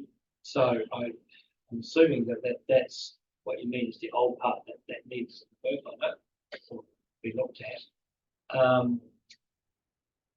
He also proposed a couple of little bits on some of the, but I don't know if that's going to be part of it or not. Just on the fly around the tops, but I don't know. On top edge of the old building, I don't know if we've seen that. Yeah, I think there's some. I think there's been some discussion about that called FIFO would be. Yeah. But, yeah, that's all through it. I think in principle we are supportive of the placement of mirrors. And what we, and getting back to them, they would be needing to work with the property people. Yeah, we're not just giving them And blanket. they will be doing that. I think we can assume that. Yeah, I think so. Yeah. But we may just need to say it. Feedback to them that, they just need to make sure that we got their budgies. With the property. Yep, approve the placement of historical mural panels on the front of the museum building, working with the property team to ensure placement is optimal. Looking to it's quite good, I thought. Just about something at least.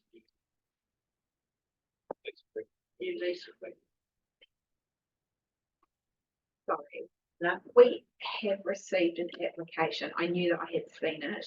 We've received an application to the discretionary fund, but it has been deferred to the May agenda because Karen was unavailable to come and talk to the board. Oh, that's right. She wanted to talk. So she is going to come and talk to the board at the May meeting about the proposal, but it's actually included in the application, the funding application, the pictures of it. So just bear with me because I can bring those up to show you.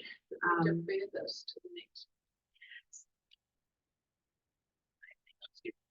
Yeah, let's just defer it. So that we're doing it all together. there was a couple of steps of it. The one was to approve the placement of it, and then the next thing was around The funding. whether or not there would be funding available for it, and she was going to provide a project update. Oh, well, we'll revert back then to our approves the placement working with the property team. Yeah, we'll do that because then that's one step down. Would you like to see a picture of that proposed? No, because the picture's not going to reassure me that they've talked to the property team and done the right, taken the right steps to make sure. But thank you. It's the wailery, the new installation at the front, the new Oh, part of the building that's it's going on the proposing. wailery. Yeah, Oh, that'll be good. so that's, That need maintenance. will really Front be part of the building. yeah, Right. sorry, so, There, she did say that it's going on the corrugated iron at the front of the building with rubber washes, but she didn't. my apologies if that wasn't included in the. This is the artist impression. Oh, it's cool. Is that Chris? Yeah. Very cool. All right. Yeah. We'll do that in May. That's right. She did email and you reminded me. There is a voting update from items raised in March. There is a reserves and facilities update. A memo from Lynn regarding the walkways. Now the hanging baskets were identified. Can I just Oh, talk to the sorry. roading update? Yes, sorry. Yeah, the Riley Street one is interesting because I know that somebody wants to do a development. Change some land over there. Oh, detail. But it's gonna need some footpath on the other side of the street than what we were originally thinking about. So it's kind of throwing a bit of a cat among the pigeons and confused the situation. The original footpath, that paving running down Riley Street, it's going to be a painted one and run down past the playground, and so there'll be no parking. But this is on the other side, so I think that might take a little bit longer than we first anticipated, that footpath being done. And it still concerns me because it is a safety issue down, especially with the number of trucks coming and going from both the Hilton and Hogan and the yard next door. Not ideal. Hmm? It's not ideal having those. No, it's not ideal. And so, and again, you know, there's a yellow dotted line that went from the entrance to the car park around the corner into Junction Street, and stop people parking along there. It's faded away and you can't see it, well, unless you're walking there, you can see it. And cars park right on the corner of that, right on where the gate, the fence comes right out to the corner of the road. Cars park on that, sticking out in the road, and it happens way too often. And I've sort of mentioned that, you know, we really want that back. And Robert looked up the footpath, the painting thing, and said, well, it actually doesn't exist officially. It should. So, as far as he can see, no one ever approved it to be there in the first place. And so somebody just did it, and I had a bit of extra yellow paint, and they were doing another job, and so it appeared. And of course, that was obviously a smart move. But now it's faded. It would take us going back to council to ask for that to actually be approved. I think to actually put, you know, such a change of, you know, when we talked about the car parking in Collingwood, for instance, it's the same sort of thing as that. So it can't be done until we actually advise or ask council to pass that. What are those things called, Cynthia? Yeah, There's lists of transport things that all happen at once. yeah. What are they called? I don't remember. Yeah, no, I know what you mean. Yeah, I just can't think. of the name. Transport. So it's not like a service request and then someone, whole process of, now we put that parking sign there and we put lighting that. Oh, yeah, you It's quite mean, a bit. I know, you mean Mike Bennett's list. Yeah, Yeah, that he does. good. You've got to get on to that. Yeah, the matrix. Yeah, The So footpath, it'd be, the it would roading start, matrix. maybe it would start as a service request or something higher than that, like a request from the board, which would be. Start with the or not service request. reinstated and put in the first place. You'd have to be very specific. That Yeah. Just about the yellow lines. that Yeah. We're asking for, because it's those jobs that seem to go to. my head. So it goes from the car park entrance in Riley Street around to the back of the library. Yeah, so we'd have to be specific and ask for that specific Yeah. road mark. Do you want to do it as a service request or as a board request now? I'd like to see it as a board request. Okay. Personally. And as a response to the Okay, so roading update. where exactly, so from the car park entrance From at the car Riley park Street? entrance in Riley Street, around the corner past Bolton and Hogan to the library, the back of the library. Opposite the bedrooms. I mean, if you walk it, you can see it. No. But the thing is, we don't want, Sorry. it's a very expensive exercise. This is the other thing, is it's a very expensive exercise just to get the paint truck to come over and do a tiny little job like that. So, No. you know, There's a obviously, paint truck here now, isn't there? There's a Oh. paint truck here. Oh, didn't someone say? They'll that? do it as a bunch of things. Yeah, They hold yeah, off yeah, on things and then they do yeah. them all, Yeah. I think. Yes. Or someone getting a portable one or Paint something. Yeah, I truck is think gonna get Bolton a. and Hogan might be getting a portable one. Yeah. For doing small jobs. Yes, that'll work So, well. you know, that's the sort of job, they can just walk out, have the smoker and walk out, do it, and go back and have another smoker. Nice and easy. Should I take 3 or 4 of them too? Yeah. Yeah. Right, so now, Where are is we? there a specific action from that? Yes, there is. The board would like Yeah, yellow line, yellow broken line, replace. no parking line. Replace. No, No, they were never put in they were the never first the place. official. We can't replace. Replace Extended. extended. Replace. Replaced, they were never there in the first place. They were like Collingwood's Installed. installed. Yeah, but I know, someone, but they someone weren't- did it. but not it was official. never official. Not official. Yeah. Yes. It was like the Yeah, like the that's why they won't redo crossing it. at Zebra crossing in Collingwood. Collingwood. It's not official, but very useful. Collingwood. From the entrance to the car park on Riley Street. Of the library car park. Yeah. Yeah, Yes. To the round the corner to where? Sorry, To the back of the extending Library. around back of the library, to Junction Street. probably 130 on the metres. eastern side of that street. We've said all this 3 times, haven't we? Just making our wording right. Eastern.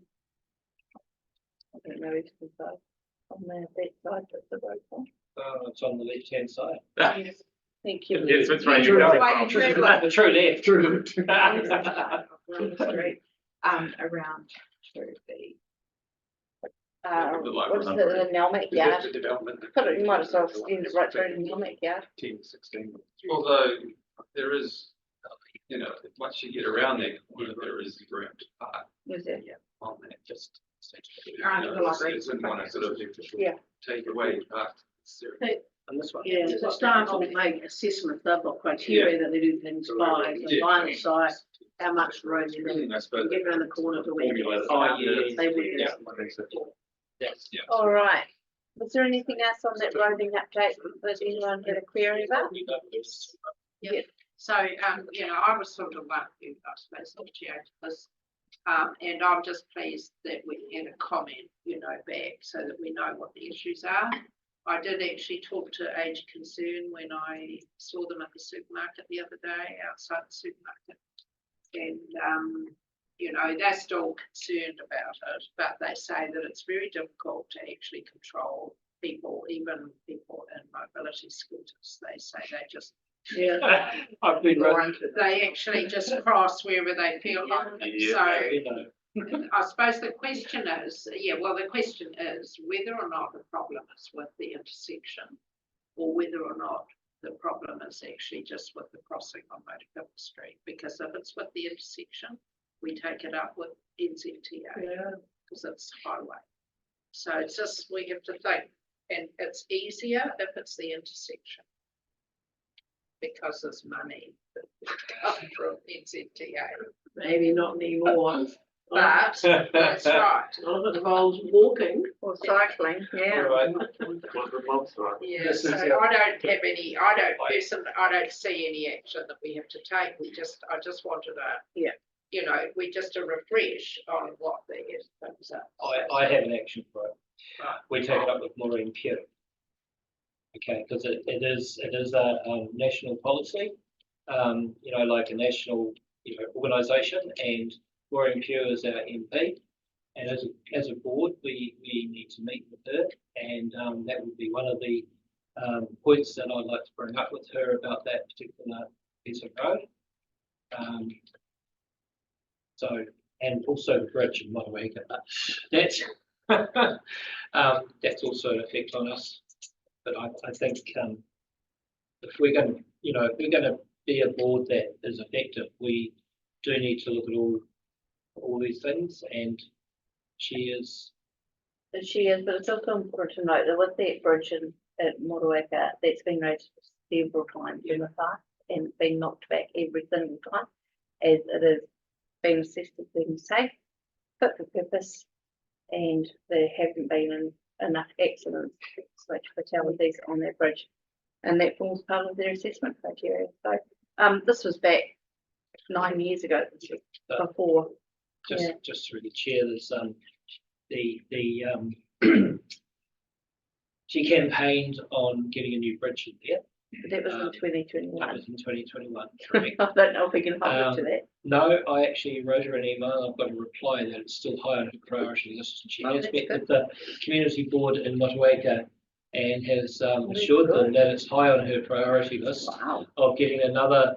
But so because of that action, I would like to see us kind of push for the support. So that's just another. But that's roading, and it's also within what we're talking about. So. If we can just, there's probably other issues which. Did she meet with the whole board? No, she met with the chair and deputy chair. But I can't see why we wouldn't. Okay. Maybe the whole board should be. Maybe the three ministers that make all the decisions these days will find Maureen's thinking compelling. Oh, it's something to add to the list Friday. Okay. There is a reserves and facilities update. Anything feedback from that one? Just that.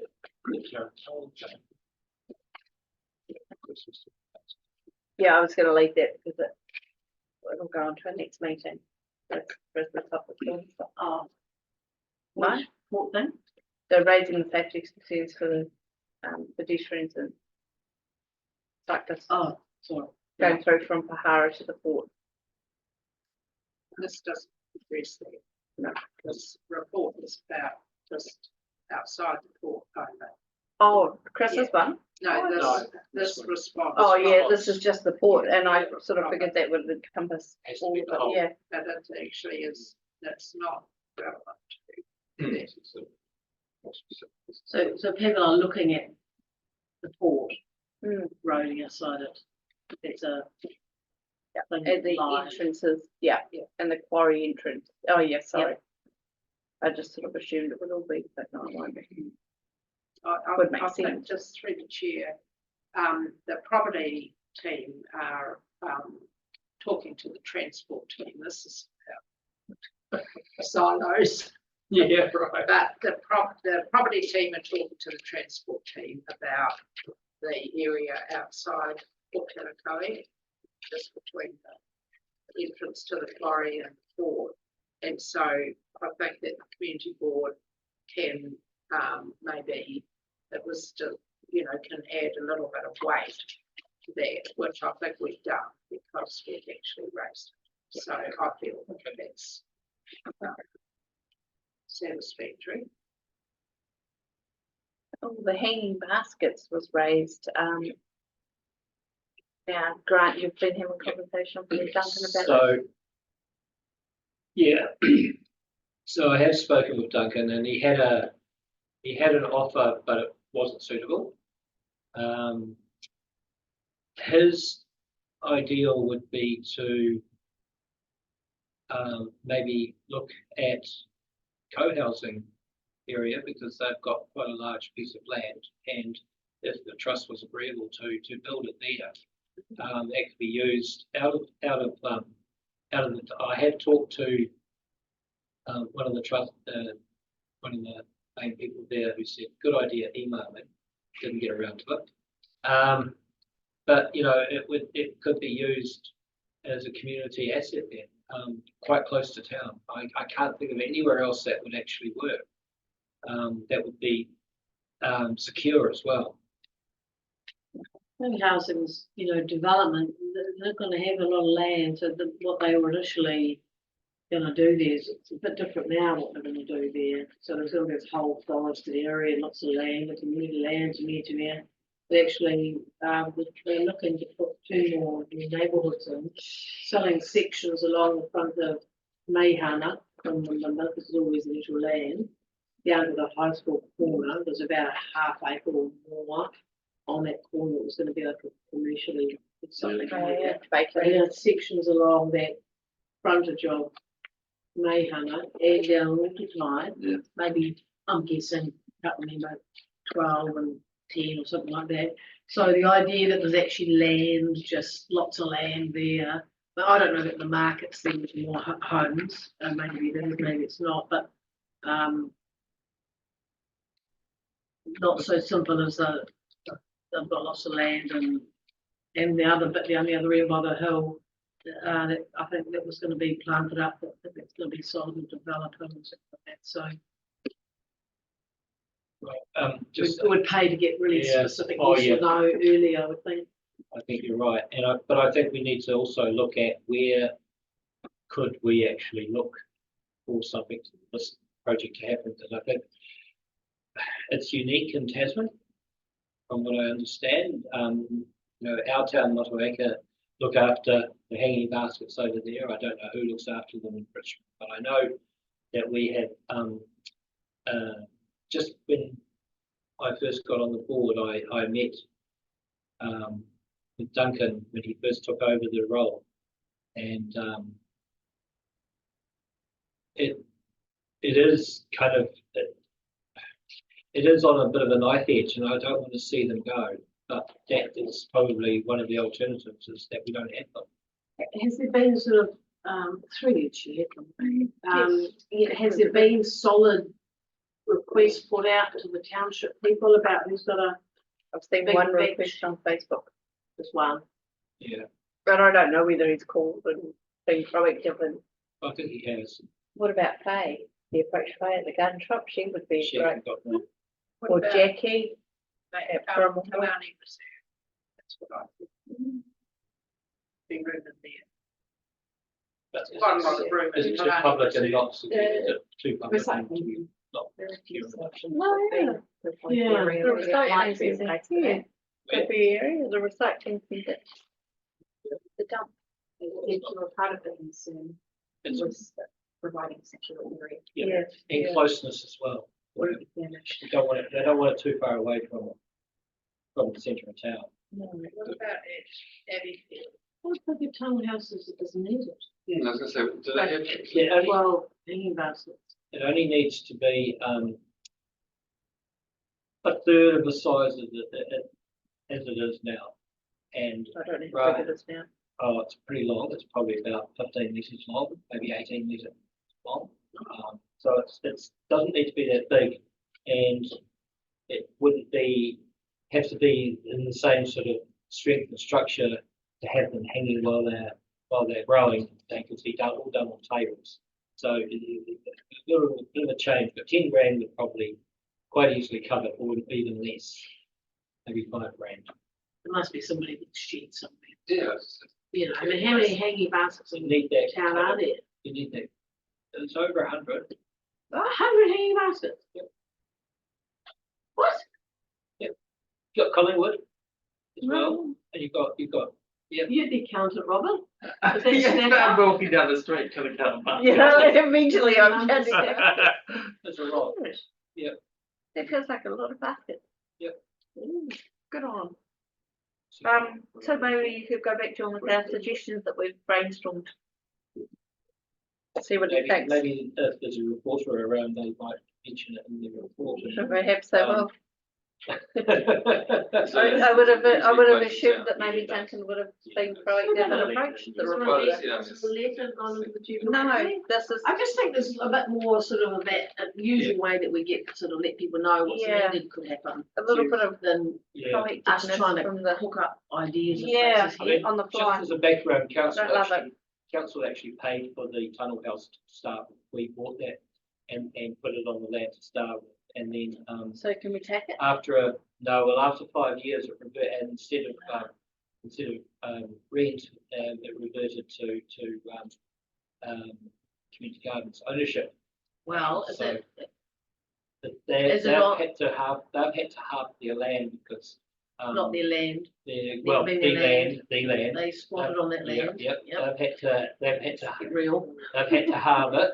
Their lease has gone to half what the size is now, and the tunnel house is mostly on the piece that's being taken back. So that's why it's happened like this.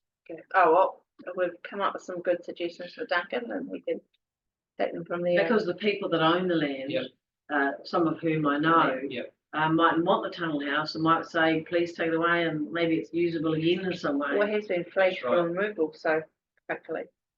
But they'll remove it. Yeah. The community gardens have to remove it. They've been told.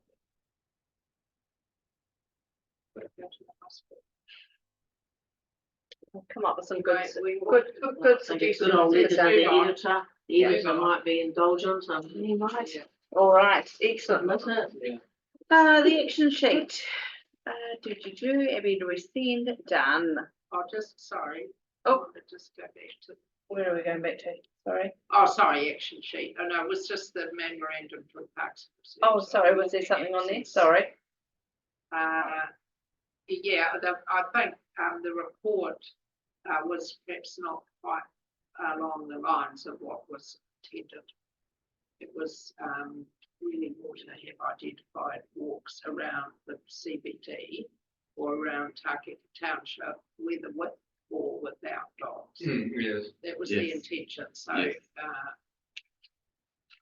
maybe we should put that on the agenda next time because we're kind of running out of time. Sorry, what was it? Oh, The picture. I get memorandum picture. from Parks and Reserve on walking access, page Yeah. 108. Yeah. Are you imagining that's for people who live in town and want to go for a walk? Yeah. Is that, is Yeah, that, this was is this- what this is about, because there are walks, legal walks, in Mm. legal places, Mm. council land, which are not marked. They're not marked as walkways, they're not people don't developed? know where either? they are, and so it's just about providing a bit of guidance for where people Right. can walk around the township, so that they're not always going To the beach. to the beach with dogs. That was a request from Forest and Bird that we spearheaded Mm. that Oh, really? project. I'm Yeah, just trying I'm not overly comfortable with it. Is there an issue? Well, I don't. Back to the issue. It's like, it's a very simple solution. And I think this is kind of missed the point a little bit. It wasn't so much about dogs. It's more about people coming to Tākaka and staying here. And Like that. apart from walking around Yeah. the block, there was a couple of other nice little walks that you can do, and it'd be like an asset or attraction of Tākaka. People are staying here, they haven't got a car, they just walk on the river or Yeah. something. Yeah. And it's all, yeah, Okay, So it wasn't really that's about better. dogs, That's you're better. saying. yeah. That's true. And sometimes it's just I having, wasn't there, so it must be. sometimes it's about just having a sign to say this is a walkway. Yeah. Because at the moment you wouldn't, unless you had local knowledge, You wouldn't know there's a walkway there. That's right. So sometimes it's signage. That might want to be. Okay. So, what should we do about this? Should we have a, should we just, we have a? Should we, when we meet again, for our board preparation report, should we tell me then, and I can word it and put it back in? Yes, yeah. Sorry, so I went back and watched the recording to actually try and, a number of recordings to try and gather the gist of the conversations I have been absent from that February meeting. To actually follow through with Cynthia's request that triggered this entire discussion, and the public forum request that came to the board was specifically about removing dogs from beaches by allowing dog-friendly walkways and That's what I thought it was too, not what had walkways. happened is the board have picked up that and then gone with the wider, but we also needed to look at the dog-friendly, because it was specifically about having dog-friendly walkways, which was Alternatives to the beach. yeah, and it was about getting dogs off the beaches. beach. Yeah, that's what I That thought was too. the request from Cynthia in the initial public forum, which then went into a conversation in the March meeting and then expanded into something bigger. But we also had to address the initial public forum request, which was specifically around dog access. So that was included in there, but it wasn't supposed to be the full scope of what we were asking from the Parks and Reserves team. No, that's right. So It's the just scope we were provide the asking for was context. for, like. Identification of any potential walkways which the board may champion for development. They copied and pasted the email that I sent to them requesting that information. So, but we haven't really received that back. No, that's what you. No. Yeah. Yes. So That's right. We haven't. we'll put it back in. Do we, I mean, you know, it's an idea that's come forward, but is it a good idea? I think so. You know, in terms of people are not going to go to the beach to walk their dog because there's a little walkway somewhere in town. Not where a dog can't I don't swim. buy it. You Because know, people take their dogs to the yeah, beach, they go so to they the can beach, run that's what they and really swim. go. And, yeah. I just can't see like the point of it is to get dogs off beaches away from birds, and it's not going to generate that. It might be that if there's a nice little walkway, sort of sunbelt and round to the factory, that one, you know, that maybe people in town walk their dog there or something, but I just can't see it's going to get dogs off beaches and mitigate that issue. Yeah, I mean, I hear what you're saying, but I think that, I mean, I suppose I'm kind of morphing it myself, and as in my role as with Golden Bay Promotions, that, you know, there's very much an awareness of Golden Bay Promotions that there are designated walking places around Tākaka Township. It'd be nice to have a list. Who come without a car. You know, they come and they don't want to drive a car to go and find them. They just want to get around. So that's really how I suppose it has morphed into a wider issue. Well, we could certainly look at putting a list together. It's been recognised. Yeah. All right, so we'll add that to our next. Yeah. I mean, there's a little sign with Walk New Zealand, little Walk New Zealand sign that you just have to put up certain places and people know what it stands for. So while we're at it, how about Collingwood? What about Collingwood? Well, I've been asking for walking around Collingwood for years. That's Nigel, and Nigel wants to be able to walk through private land around the block. And we have not made any progress in getting that for him because the landowners have just, they don't want people walking through their land.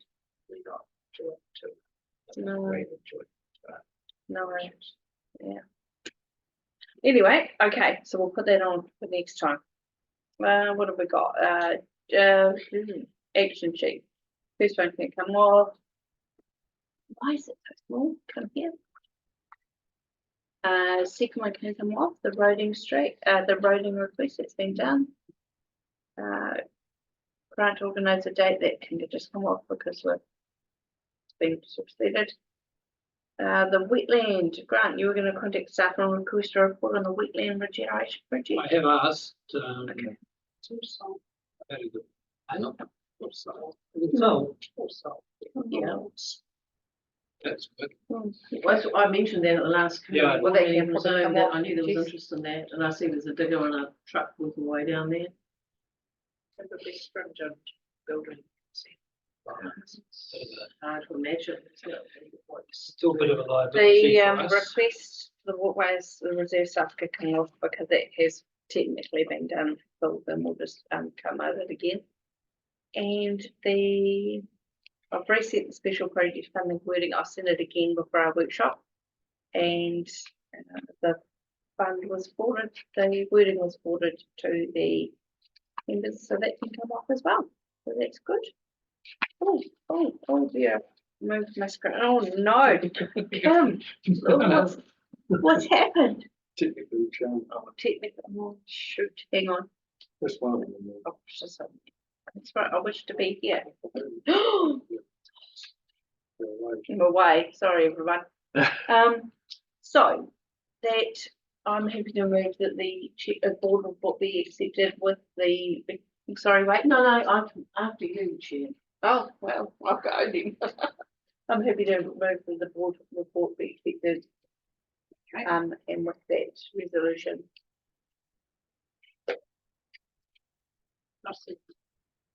Right, taking the back here, just throw that one. Yeah, when we took it a little bit.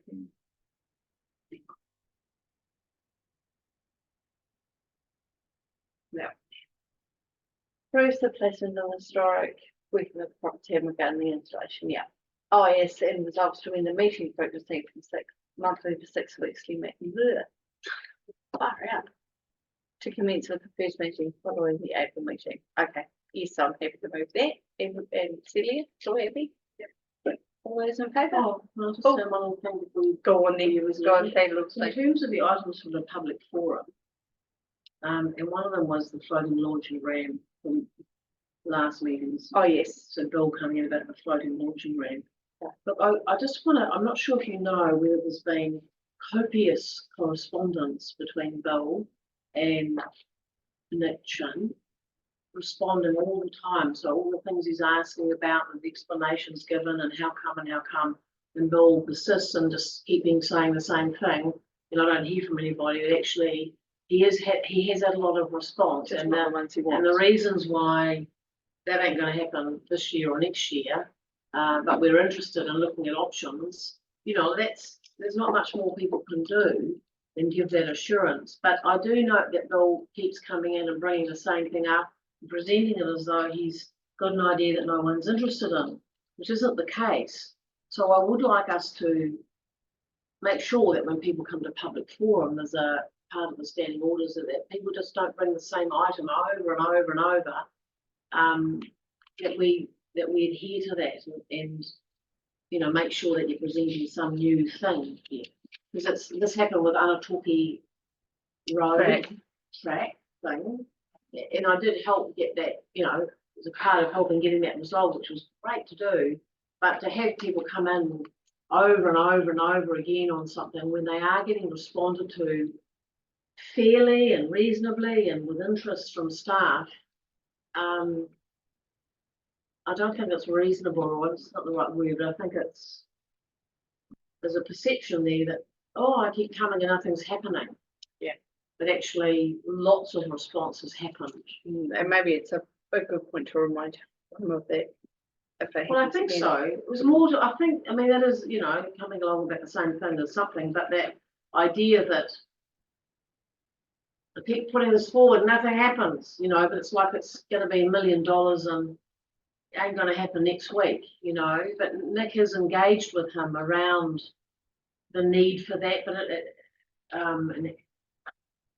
so there's some way, I think, in which we have to be really clear around knowing what the level of staff engagement is with somebody around something they're bringing forward, and be satisfied that there's not more we can do other than know that, and you know, if something's not happening, that should encourage it. Yeah. Just through the chair, there has been a further, you know, notification, and the harbour master participated in that as well. So Nick and the harbour master both got back to Yes. with the latest rule. So yeah, that interaction is continuing. Yes, but the presentation here doesn't reflect that. No. And then we listen and go, oh, you know, so we're going to make sure that we know with these repetitive things the level of engagement that's already happening. Yeah. I was going to say, it's our policy for. Yeah. Yeah. People do not. Yes. Yeah. And also, there isn't support for the rest of the recreation vote. I don't know. if there's support for the rest of the recreation vote. Or that, or, it's going to be not universal support for it. No, whatever's designed down there for recreation bodies will be done as a whole thing with, those people, not something in response to one person's particular issues. I think. Yeah. I don't know if it's helpful at all, but I just Well, no, noticed it's a good this. reminder. That's very Yeah. helpful. Grant, did you have something? No, it's all right. Okay, great. All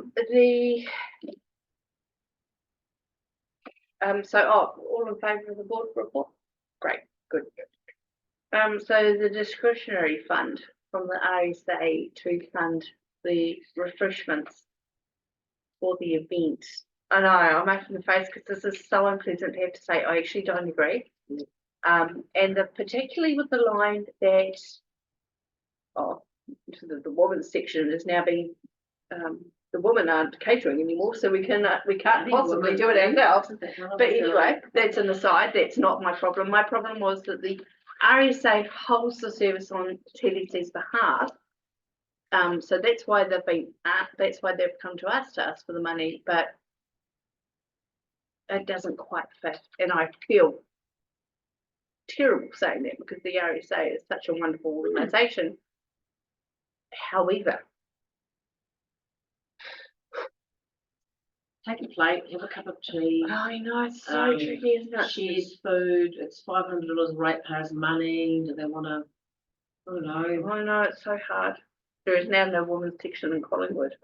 Yeah, well, look, there's not a lot of information you've been. He's sort of beamed it out a little bit, it feels. Kind of, if he rocked up and sort of spoke to him. There's no budget. To be a bit more of an understanding of it, but yeah. There's no budget, there's no projections of anything. With the dawn service out there, what's usual is that we go down to Tinky's and have paid $5 or $10 and get some eggs on toast. Yes. And some baked beans. And so I don't know if this is for post the 11 o'clock service, maybe. This must be the civic service. Yeah, must be the 11 o'clock service. I haven't been going to that one. Been going to this one here. The feed up at the fire station. And I don't know who does that feed. Well, that was being funded too. And I think that I can remember another discussion about this saying, let's not be doing that. I think, and if it's on behalf of the Tasman District Council, then Tasman District Council should fund it, but not from my district, not from our discretionary fund. What do you mean? Oh, he holds it on behalf of the TDC. Well, is that accurate? I'm not sure. I think they're RSA events, they're not council. I just assumed that he was right and he wouldn't put nothing to do. I don't think Council support the events with attendance and reads and. It's on their behalf, referring to the service, the Their veterans behalf? and their families and the TDC. Oh, So it's their behalf, collective, It's yeah, collective. okay. Right, Misread it, apologies, Patty. I don't know if you expect to go to a door of service and get a feed. No. It's nice to socialise, cup of tea, something light maybe. But $500, I think there's some other organisations that have that. Would love to have, I know it's not. Oh, it's like it. I am going to say no though. I'll second that. Oh no, I was going to do around the table before we move it, but yeah, so I'm. Are you going to ask for the division? No. I'm just gonna check that- I don't want to be the one that. No. I just want to check that everyone else is feeling the same way and I'm not just stamping my loudness on the meeting. I'd rather put the $500 in food then.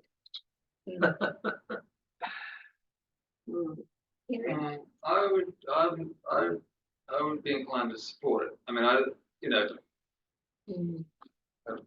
rather give the whole $8,000 to the food bank, but these guys have applied. We've got $8,000 there. you know, like, I mean,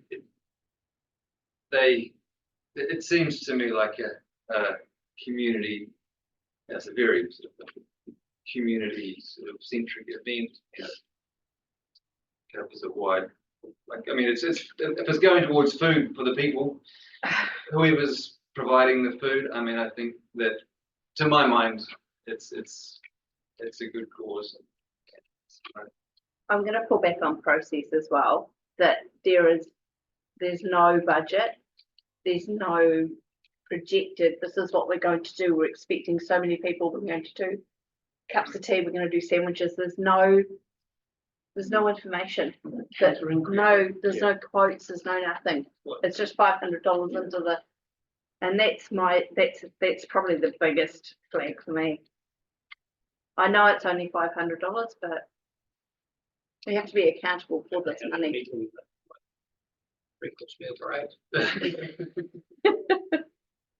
Yes.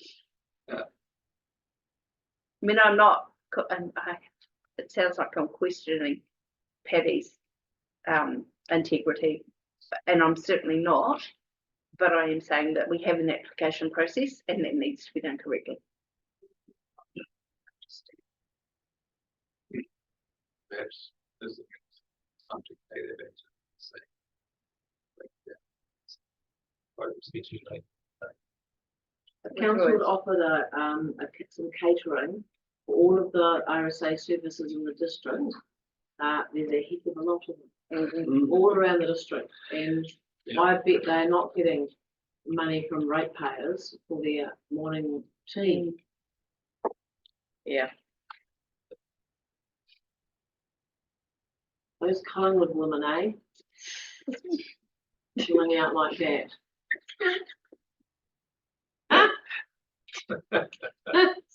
There's no woman sunbrew, there's no food. Come on, boys. Make some sandwiches, you guys. Golden asparagus, right? Right. I feel so bad. All right, well, so I'm a no. Grant, Henry. I would still be inclined to go with it, but Cynthia. I actually am going to say no on the appeal process, actually, because I think we've got to be consistent with that. I'm no on process, but also I think if you give 500 out there, you've got to give 500 there in Tākaka, and we've got $1,000 for sandwiches for RSA day. Yeah, so that's a no. So. Yeah, that's a no for me on process as well, and possibly just, you know, the lack of detail, because the wording refreshment brings many things to mind. It is with regret that we declined. All right.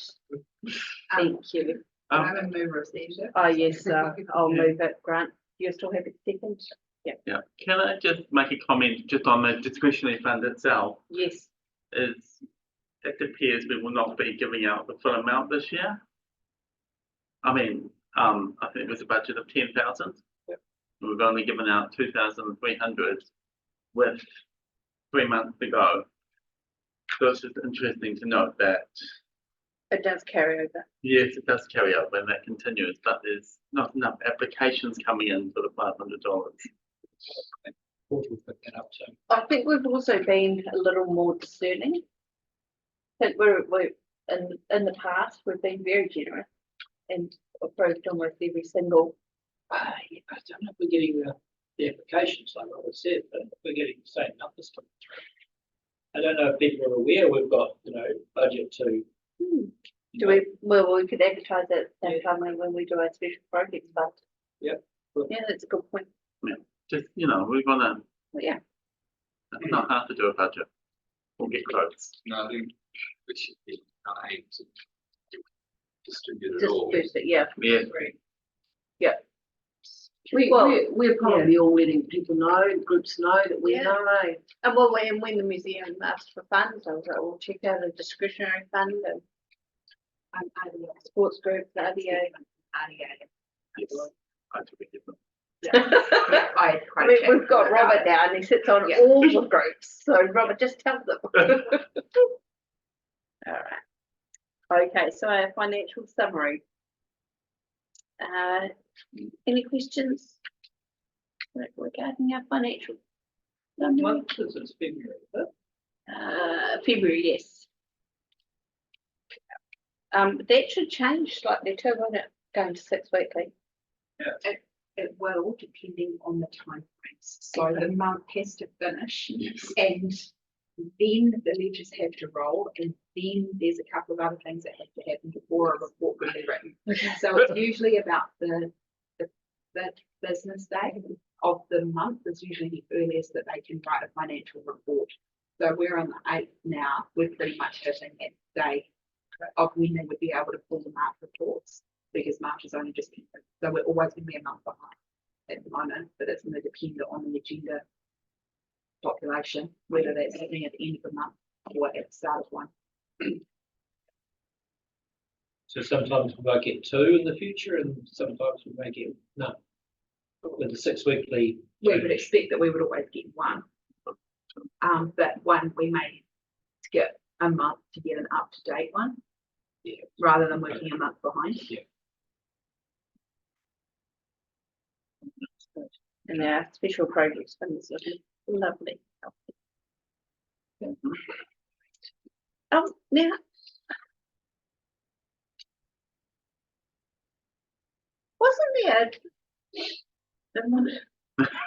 Wasn't there like $80,000 kicking around somewhere, Robert, that you found? Remember? Was that you? Was that that? Am I just dreaming? There was money unspent somewhere and you asked for it to be transferred. I thought it was around the 80,000 mark, but maybe I'm imagining things. Was it the whole? That's the whole reserve. Was it the whole what we're reserve? talking about, Okay. I'll go back and have a look which at my is notes. split into special projects, discretionary, and general. And general, right, okay. I think it's about. I think it's I thought about. we We did. had quite a lot of training, isn't it? It's quite a lot of the training. Oh yes, that was in the training. There was a training that was The going to move expenses, over. the expenses Yes. budget, but we've got no. Where No, did but we that haven't go? spent Where it, did that have we? go? No, where did that I go? can't remember. Someone.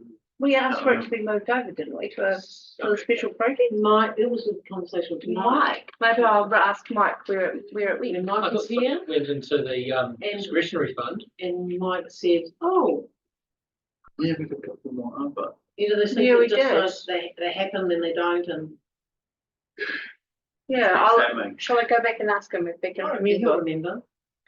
I'll email him. He likes it when I email him and ask him other questions.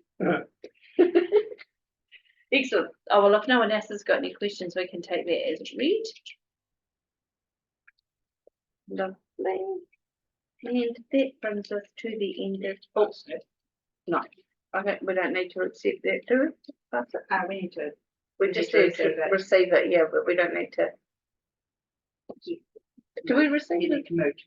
I thought we received as part of the chair report. No, it's its own separate, sorry. Sorry, if someone want to move it be accepted? Received? Yep. Henry? yeah. Robert, all those happy? Right. Right. So the next meeting will be 2 weeks later than we had. Yeah, well, and will we still make them on a Monday? I guess it'll have to fit with the councillors, won't it? Is that going to mess it up for you guys? Monday, 6 weekly. So Yeah. that's, We don't generally have meetings today, but this has come from council, from the governance team, so they will need to put it up to the Yeah, schedule. I'll fix it. and we want to look at, communicating it. Yes. Change it out to public. So our next meeting was scheduled for the 13th. And Newsline. The 13th of May was our next meeting, so would that be the 27th now? Possibly. Oh, that's, It's actually only going to push it 1 week back to the 20th. Okay. There's 5 weeks between those two. That has been 4 weeks between our meetings. Well, it's 20th, I'll be here. 27th, that's the 20th, that's going to change all my. Yes. Okay, 20th at what? 20th at 1 PM. Oh, it's dolphin. Might just delete next year. So then, Jess, you'll want the board Report to the working half out.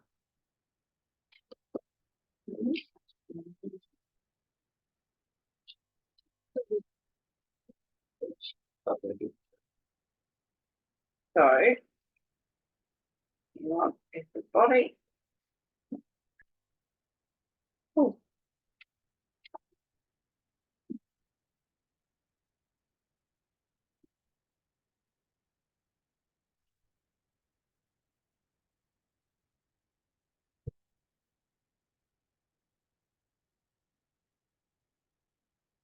Okay, so the board, community board meeting will be on the 20th. So you want the board report in on the 6th? Yep.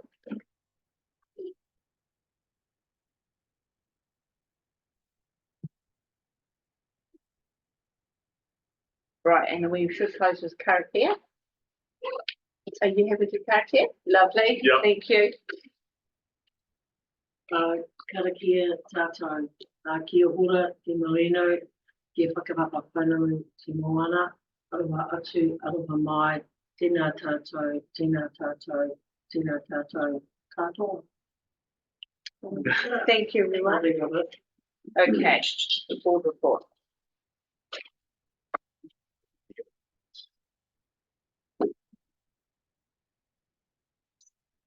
Recording. Devices. Control devices. What's going to be without you? Yeah, me too.